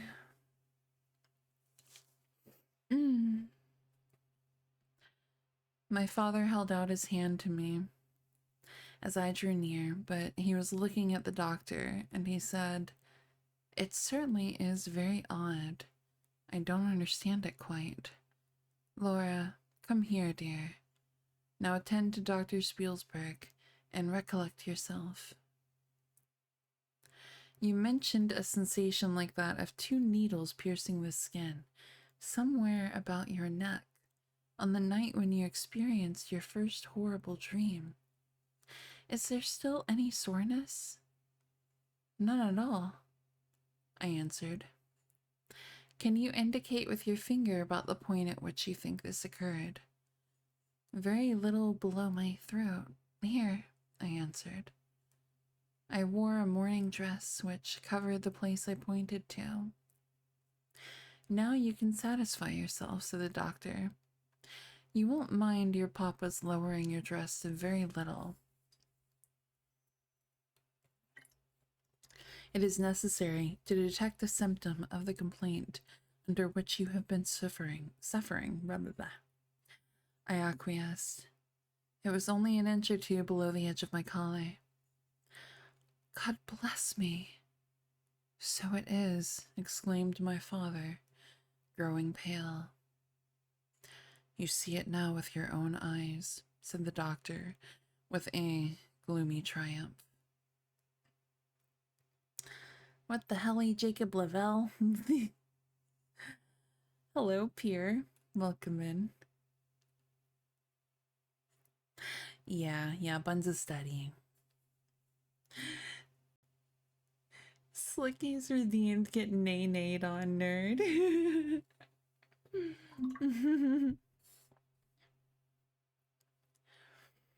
Okay. "What is it?" I exclaimed, beginning to be frightened. "Nothing, my dear young lady, but a small blue spot, about the size of the tip."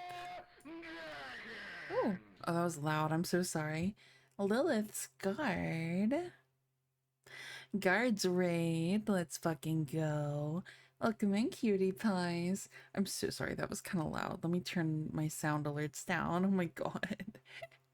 It wasn't that loud? Okay. It came out louder for me. Hello. Lilith. That's such a pretty name. It's quieter than the, oh, wild. Okay. Anyway, welcome in, Lilith. Welcome in, raiders. Thank you so much for the raid. I we're reading a vampire story here tonight. Yes, we are. I hope your stream was really good. I hope your stream was good. Were you doing the ASMR? Yes, you were. You were doing the ASMR. Heck yeah. I hope your stream was really good. I do. Hi, it's Nick. In case you don't know me, my name is Banshee. I am a ghost. I do ASMR and I read, and you love vampires. So do I. So do I. Yes. Yes. Thank you so much for the follow, Lilith. Thank you so much. Unless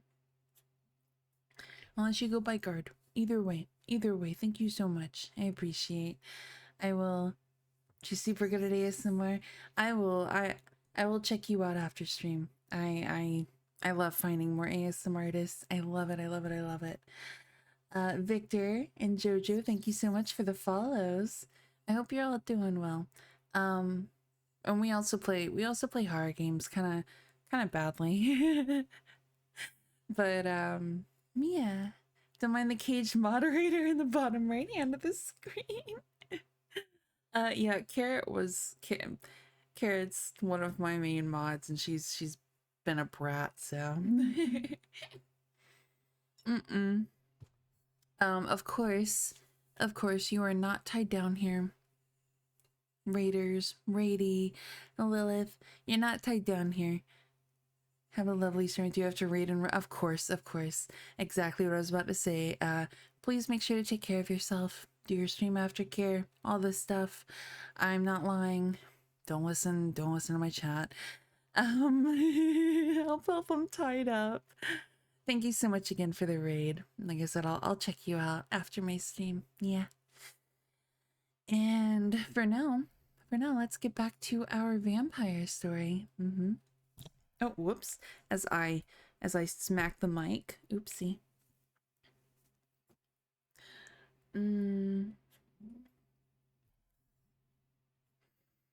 Yeah, do be late. By all means, if you need to sleep, if you need to get some food, whatever you need to do, that you are the priority. Take care of yourself, please. Drugs me to keep me vegetable. Oh no. Okay, what is it? Nothing, my dear young lady, but a small blue spot, about the size of the tip of your little finger. And now, he continued, turning to Papa, the question is, what is best to be done? Is there any danger? I urged, in great trepidation. I trust not, my dear, answered the doctor. I don't see why you should not recover. I don't see why you should not begin immediately to get better. That is the point at which the sense of strangulation begins? Yes, I answered. And recollect as well as you can, the same point was a kind of center of that thrill which you described just now, like the current of a cold stream running against you. It may have been. I think it was. Aye, you say, he added, turning to my father. Shall I say a word to Madame? Certainly, said my father. He called Madame to him and said, I find my young friend here far from well. It won't be of any great consequence, I hope, but it will be necessary that some steps be taken, which I will explain by and by. But in the meantime, Madame, you will be so good as not to let Miss Lara be alone for one moment. That is the only direction I need give for the present. It is indispensable. Oh, thank you for the follow, Ninja. Implicit. After reading it, I will do a follow and come back. Of course. I know it's getting late. I know it's you know, especially depending on the part of the world that you're in. I know it's late. It's getting late for me. But we have more to read. Let's see. We may rely upon your kindness, Madame. I know, added my father. Madame satisfied him eagerly. And you, dear Laura, I know you will observe the doctor's direction. I shall have to ask your opinion upon another patient, whose symptoms slightly resemble those of my daughter, that have just been detailed to you. Very much milder in degree, but I believe quite of the same sort. She is a young lady, our guest, but as you say, you will be passing this way again this evening.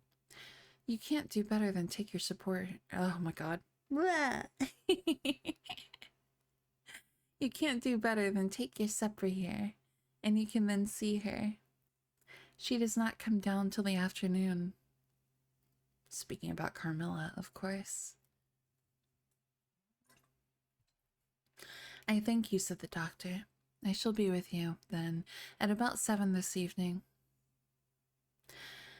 And then they repeated their directions to me and to Madame, and with this parting charge my father left us, and walked out with the doctor, and I saw them pacing together up and down between the road and the moat on the grassy platform in front of the castle, evidently absorbed in earnest conversation.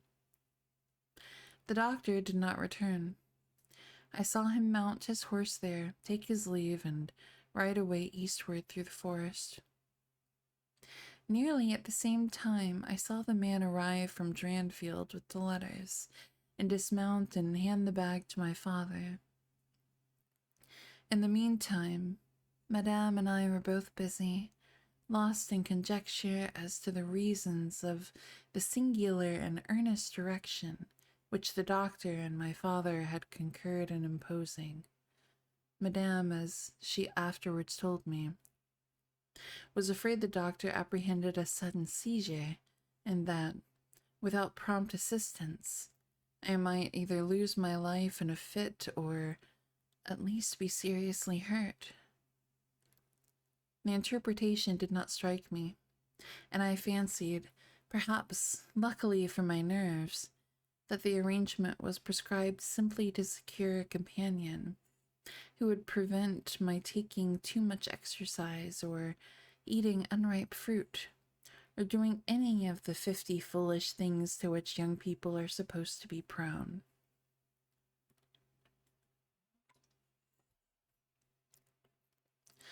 About half an hour after my father came in, he had a letter in his hand and said, "This letter had been delayed.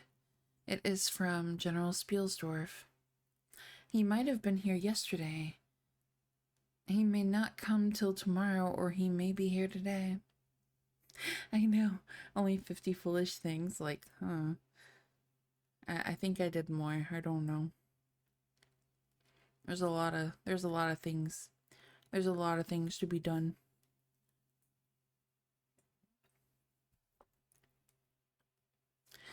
He put the open letter into my hand, but he did not look pleased, as he used when a guest, especially one so much loved as the general, was coming.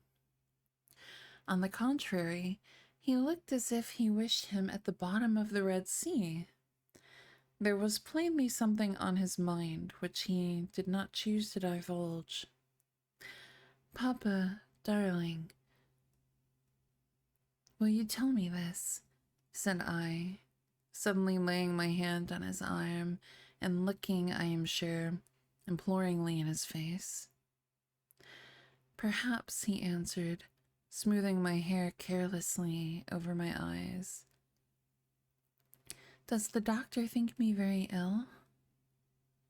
"No, dear, he thinks, if right steps are taken, you will be quite well again at least, on the high road to a complete recovery, in a day or two," he answered a little dryly. "I wish our good friend, the general, had chosen any other time. That is, I wish you had been perfectly well to receive him." "But do tell me, Papa," I insisted. "What does he think is the matter with me?" "Nothing. You must not plague me with questions," he answered, with more irritation than I ever remember him to have displayed before.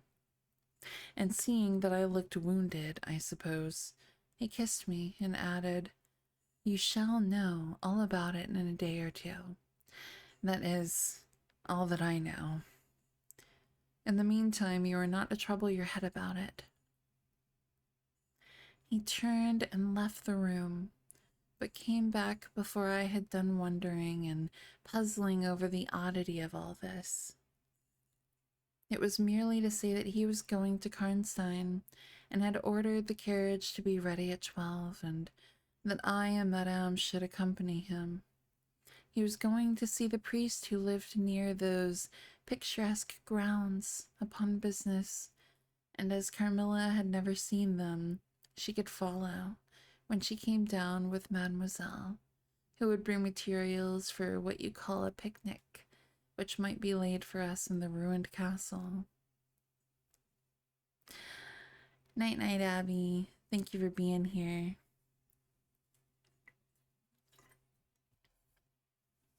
Yeah, Carrot's still in brat jail. At 12 o'clock, accordingly, I was ready, and not long after, my father, Madame, and I set out upon our projected drive. Passing the drawbridge, we turned to the right and followed the road over the steep Gothic bridge westward to reach the deserted village and ruined castle of Karnstein. No sylvan drive can be fancied prettier. The ground breaks into gentle hills and hollows, all clothed with beautiful wood, totally destitute of the comparative formality which artificial planting and early culture and pruning impart. The irregularities of the ground often lead the road out of its course and cause it to wind beautifully round the sides of broken hollows and the steeper sides of the hills, among varieties of ground almost inexhaustible. Turning one of these points, we suddenly encountered our old friend, the general, riding towards us, attended by a mounted servant. His portmanteaus were following in a hired wagon, such as we term a cart. The general dismounted as we pulled up and, after the usual greetings, was easily persuaded to accept the vacant seat in the carriage and send his horse on with his servant to the schloss.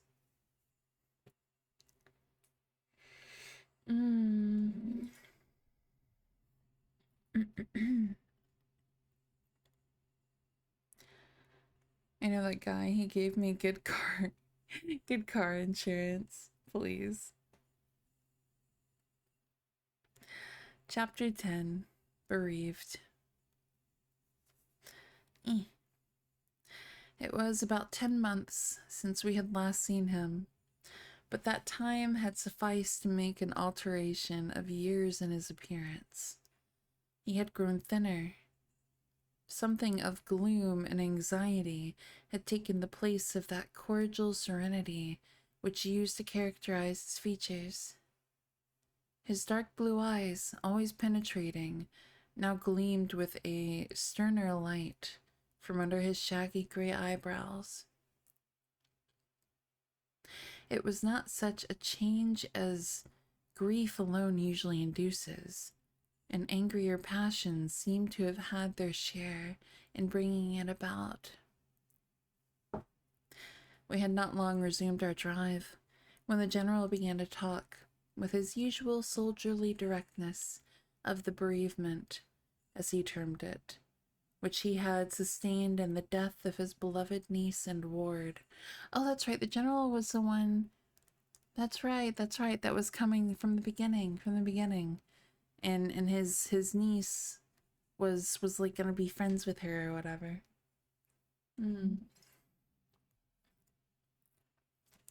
And he then broke out in a tone of intense bitterness and fury, inveighing against the hellish arts to which she had fallen a victim, and expressing, with more exasperation than piety, his wonder that heaven should tolerate so monstrous an indulgence of the lusts and malignity of hell.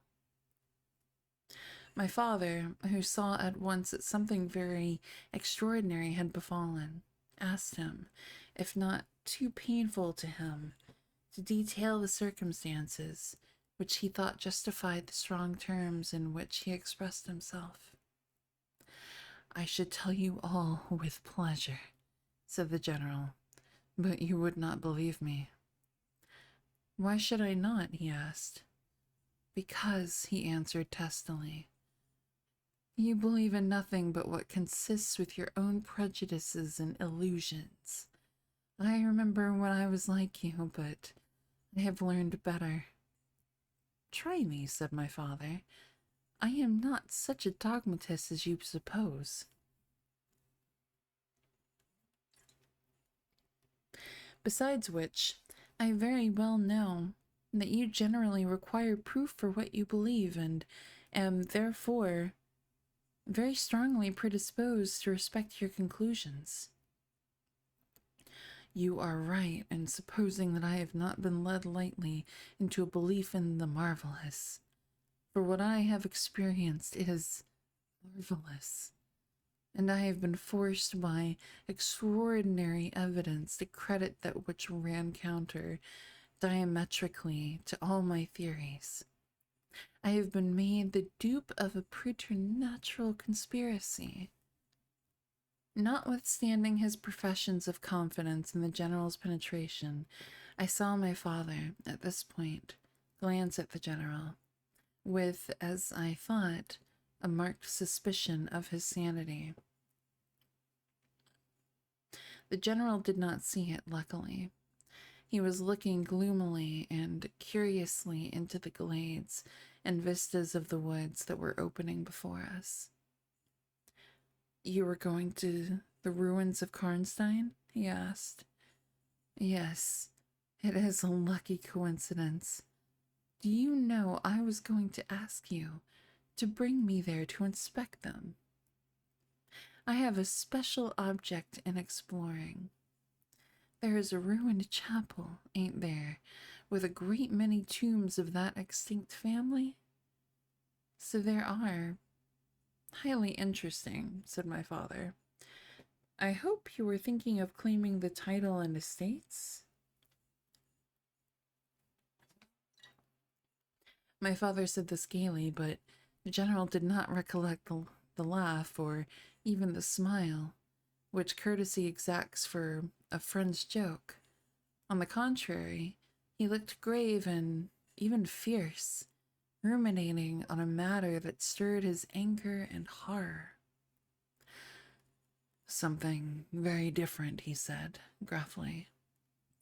I mean to unearth some of those fine people. I hope, by God's blessing, to accomplish a pious sacrilege here, which will relieve our earth of certain monsters and enable honest people to sleep in their beds without being assailed by murderers. I have strange things to tell you, my dear friend, such as I myself would have scouted as incredible a few months since. My father looked at him again, but this time not with a glance of suspicion. Blech. With an eye, rather, of keen intelligence and alarm. The house of Karnstein, he said, has been long extinct, 100 years at least.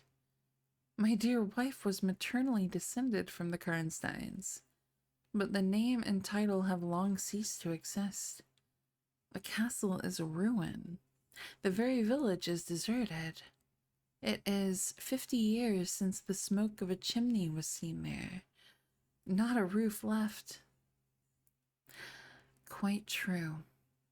I have heard a great deal about that since I last saw you. A great deal that will astonish you. But I had better relate everything in the order in which it occurred, said the general. You saw my dear ward, my child, I may call her. No creature could have been more beautiful, and only 3 months ago, none more blooming. Yes, poor thing. Excuse me. When I saw her last, she certainly was quite lovely, said my father. I was grieved and shocked more than I can tell you, my dear friend. I knew what a blow it was to you. He took the general's hand, and they exchanged a kind pressure.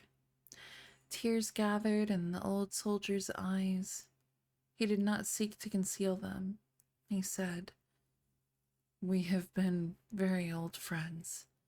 I knew you would feel for me, childless as I am.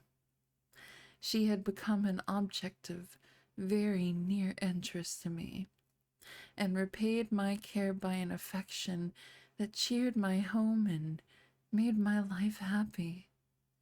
That is all gone.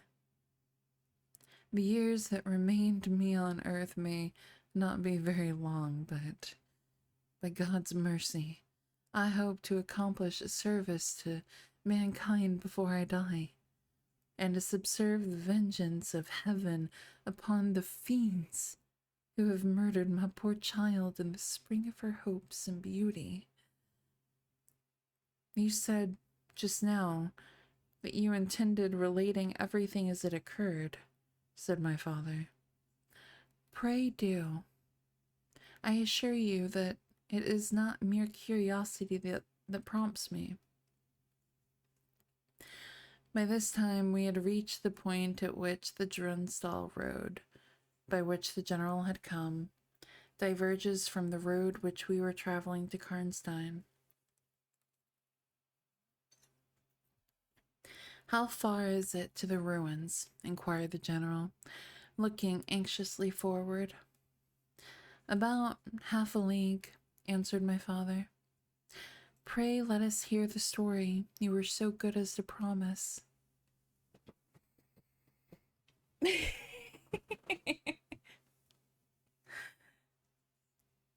Carrot, please.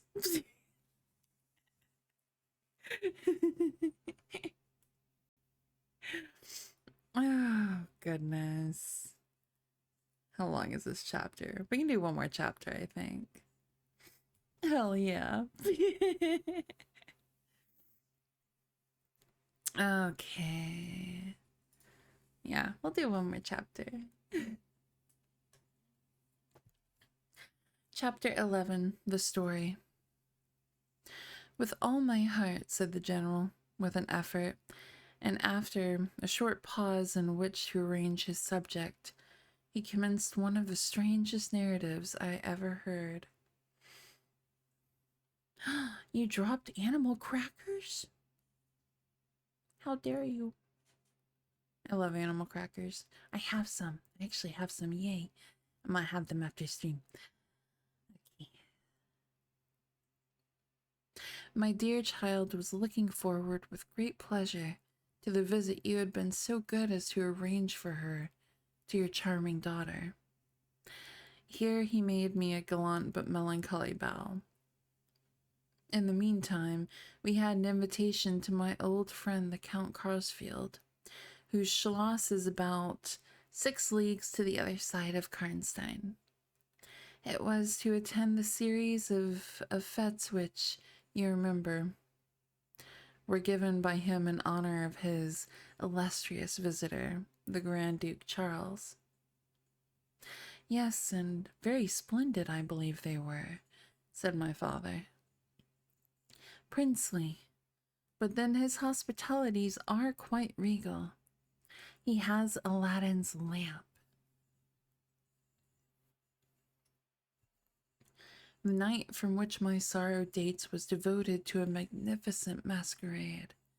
The grounds were thrown open, the trees hung with colored lamps. There was such a display of fireworks as Paris itself had never witnessed. And such music. Music, you know, is my weakness. Such ravishing music. The finest instrumental band, perhaps, in the world. And the finest singers who could be collected from all the great operas in Europe. As you wandered through these fantastically illuminated grounds, the moon-lighted chateau throwing a rosy light from its long rows of windows, you would suddenly hear these ravishing voices stealing from the silence of some grove, arising from boats upon the lake. I felt myself, as I looked and listened, carried back into the romance and poetry of my early youth. When the fireworks were ended and the ball beginning, we returned to the noble suite of rooms that were thrown open to the dancers. A masked ball, you know, is a beautiful sight, but so brilliant a spectacle of the kind I never saw before. It was a very aristocratic assembly. I was myself almost the only nobody present. My dear child was looking quite beautiful. She wore no mask. Her excitement and delight added an unspeakable charm to her features, always lovely. I remarked a young lady, dressed magnificently, but wearing a mask, who appeared to me to be observing my ward with extraordinary interest. I had seen her earlier in the evening in the great hall, and again for a few minutes, walking near us, on the terrace under the castle windows, similarly employed. A lady, also masked, richly and gravely dressed, and with a stately air, like a person of rank, accompanied her as her chaperone. Had the young lady not worn a mask, I could, of course, have been much more certain upon the question whether she was really watching my poor darling. I am now well assured that she was. We were now in one of the salons.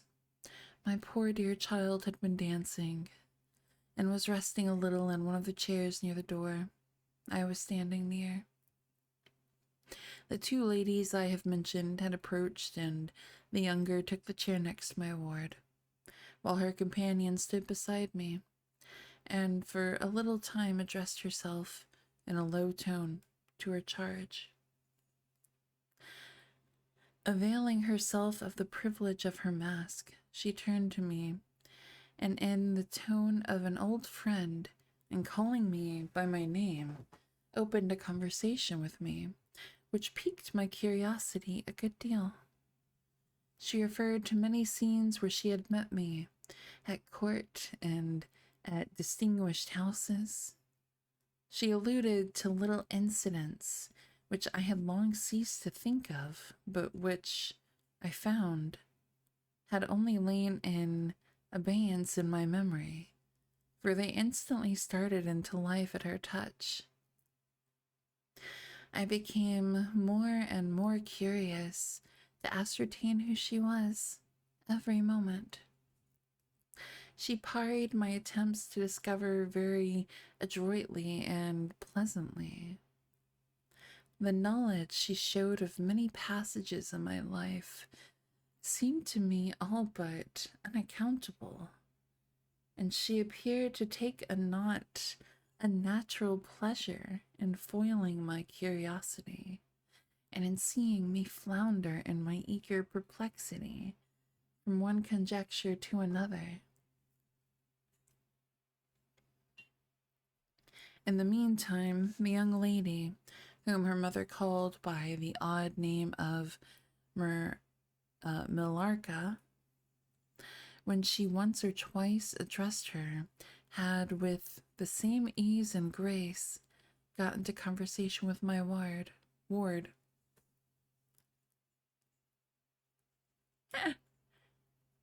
So, Millarca is just an anagram of Carmilla. Not, is it anagram? It's where the letters are rearranged. Oh goodness. Ugh. She introduced herself. Yes, yeah, thank you. She introduced herself by saying that her mother was a very old acquaintance of mine. She spoke of the agreeable audacity which a mask rendered practicable. She talked like a friend. She admired her dress and insinuated very prettily her admiration of her beauty. She amused her with laughing criticisms upon the people who crowded the ballroom, and laughed at my poor child's fun. She was very witty and lively when she pleased, and after a time they had grown very good friends, and the young stranger lowered her mask, displaying a remarkably beautiful face. I had never seen it before, neither had my dear child. But though it was new to us, the features were so engaging, as well as lovely, that it was impossible not to feel the attraction powerfully. My poor girl did so. I never saw anyone more taken with another at first sight, unless, indeed, it was the stranger herself who seemed quite to have lost her heart to her. In the meantime, availing myself of the license of a masquerade, I put not a few questions to the elderly lady. "You have puzzled me utterly," I said, laughing. "Is that not enough? Won't you now consent to stand on equal terms and do me the kindness to remove your mask?"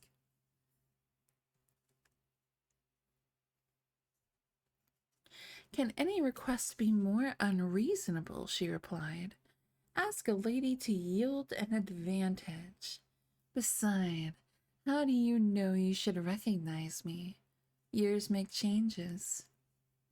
"As you see," I said, with a bow, and I suppose a rather melancholy little laugh. "As philosophers tell us," she said. "And how do you know that a sight of my face would help you?" "I should take chance for that," I answered. "It is vain trying to make yourself out an old woman. Your figure betrays you." "Years, nevertheless, have passed since I saw you. Rather since you saw me, for that is what I am considering. Millarca, there, is my daughter. I cannot then be young, even in the opinion of people whom time has taught to be indulgent, and I may not like to be compared with what you remember me." "You have no mask to remove. You can offer me nothing in exchange." "Good morning, fabulous. Welcome in. My petition is to your pity, to remove it, and mine to yours, to let it stay where it is," she replied. "Well, then, at least you will tell me whether you are French or German. You speak both languages so perfectly." I don't think I shall tell you that, General. You intend a surprise and are meditating the particular point of attack. At all events, you won't deny this," I said, "that being honored by your permission to converse, I ought to know how to address you. Shall I say, Madame la Comtesse?" J-Man, thank you for the follow. Thank you for the follow. Welcome in. I hope you're doing good. Have you ever seen a clown read Victoria in a heart? Well, now you have.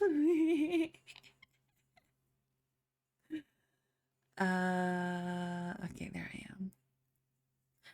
She laughed, and she would, no doubt, have met me with another evasion if, indeed, I can treat any occurrence in an interview, every circumstance of which was prearranged, as I now believe, with the profoundest cunning, as liable to be modified by accident.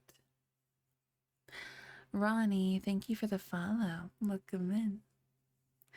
Yeah, I'm reading Carmilla. We're reading Carmilla. Ah. Excuse me. Oh my goodness.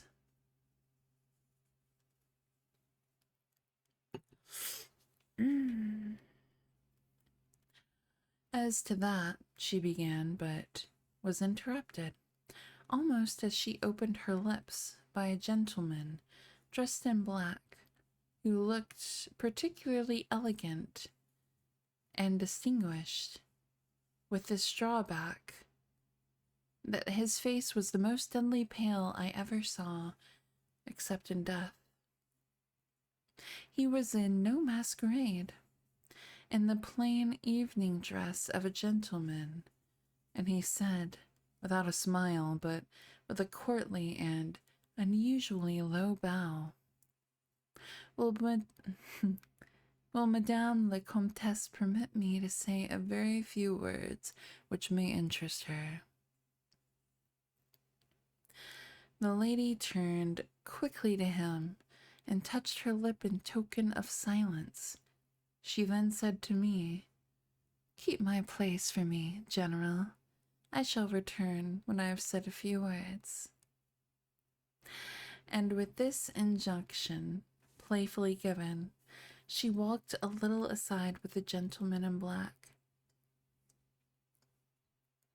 and talked for some minutes, apparently very earnestly. They then walked away slowly together in the crowd, and I lost them for some minutes. Eloquent. Who else is elegant and distinguished? I don't know if I'd ever call myself that, but thank you.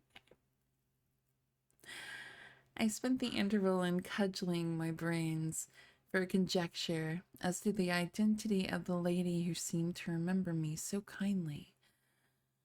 And I was thinking of turning about and joining in the conversation between my pretty ward and the Countess's daughter, and trying whether, by the time she returned, I might not have a surprise in store for her, by having her name, title, chateau, and estates at my fingers' ends. But at this moment she returned, accompanied by the pale man in black, who said, "I shall return and inform Madame la Comtesse when her carriage is at the door." He withdrew with a bow. I know I love this song. I love... This song has been like stuck in my head on repeat pretty much this whole month so far. Yes. But I also like really loved Anastasia. That was one of my higher up Disney movies. Oh my goodness. So we are gonna stop reading there. So we will start next week. Why don't I close out my sticky notes? Let me fix that.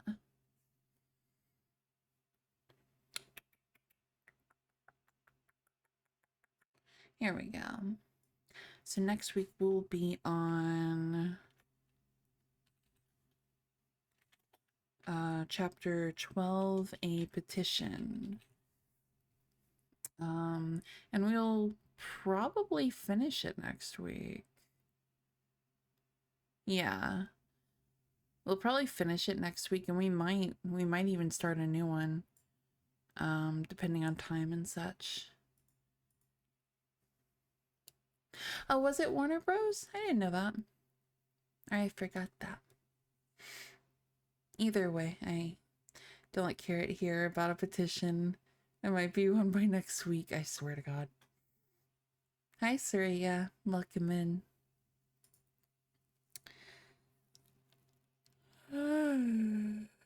Yeah. Oh my goodness. Oh, the yawns. The yawns. Oh my goodness. I'm enjoying this story though. Like it's so neat to see one set, or read, I guess, one set in this time frame. And the focus actually be female characters. You know, the I guess Laura's the protagonist, and Carmilla, the, you know, what she is, the monster. Yeah, it has been. Why has the atmosphere become so scary? It's not scary. What do you mean?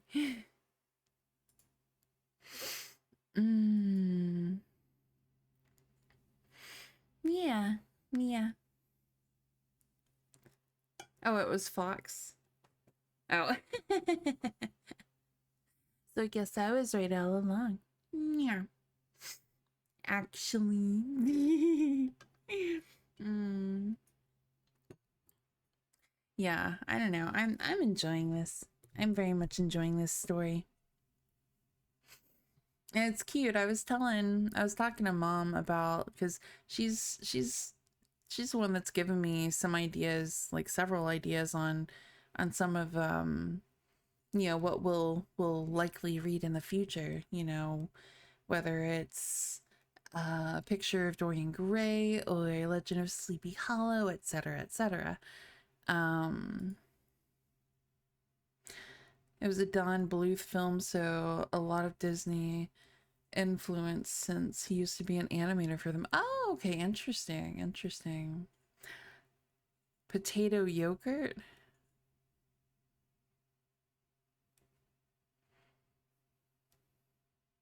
I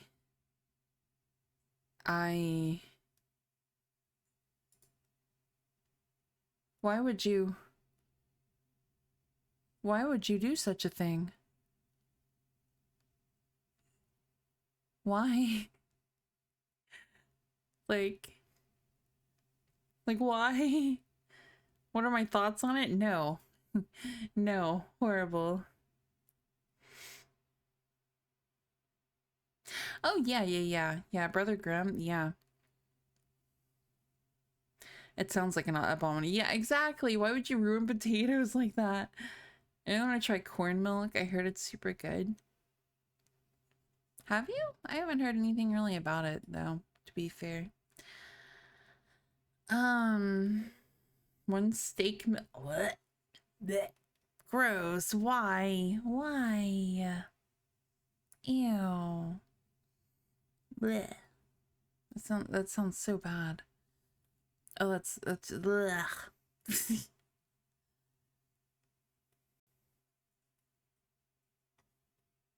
Oh, yeah, no. No, I did not. These words offend me, yeah. I don't understand, but sweet potato yogurt, no. I don't like sweet potato anyway. The sweetness in it kind of bothers me. Like, I know it's like the healthier option and stuff because of the type of carbohydrate it is, but like, buttermilk chicken. Buttermilk chicken. Yeah, I could fuck with that. Corn milk is yummy. Well, if Shrimp says so, if our adorable queen says so, then I believe. I believe. Reminding me of when people were making those horrific Pop-Tart flavors. Oh God, I don't want to know. Every place needs to have their spaghetti policy posted on the door. Food has spoken. You right. You fucking right.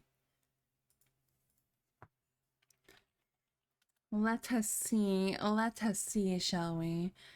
Who is on? Who is on? Who? We rated Violet last night.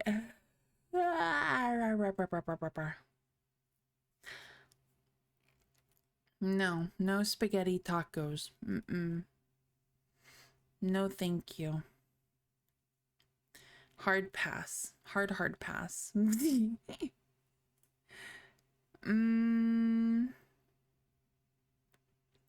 Oh, Spoons is celebrating 14K. Clip the takeover with sound, so. Yeah. Well, yeah. That's not Twitch being dumb, Carrot. That's because I have, like, I have it set like that. No, I don't get it. I don't get it. My bad. Those are fire. Yeah, well, yeah, Spoon. I don't hate you. No, I don't hate. No, I don't hate you. It's because I sometimes my the beginnings, the start of streams get me muted sometimes. I can't help that. Yeah. Yeah, she's doing a 14-hour stream for hitting 14K. Let's fucking go. Why? Why?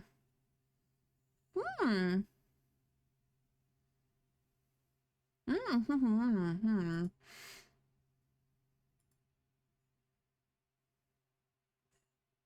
Hmm. Hmm. Mm-hmm. Mm-hmm. Mm-hmm.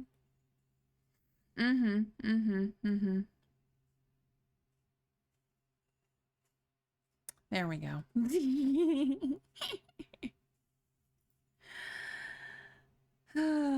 Peace and quiet. A menace, I swear to God. So it says she hates me. No. Ugh. Ugh. Gross.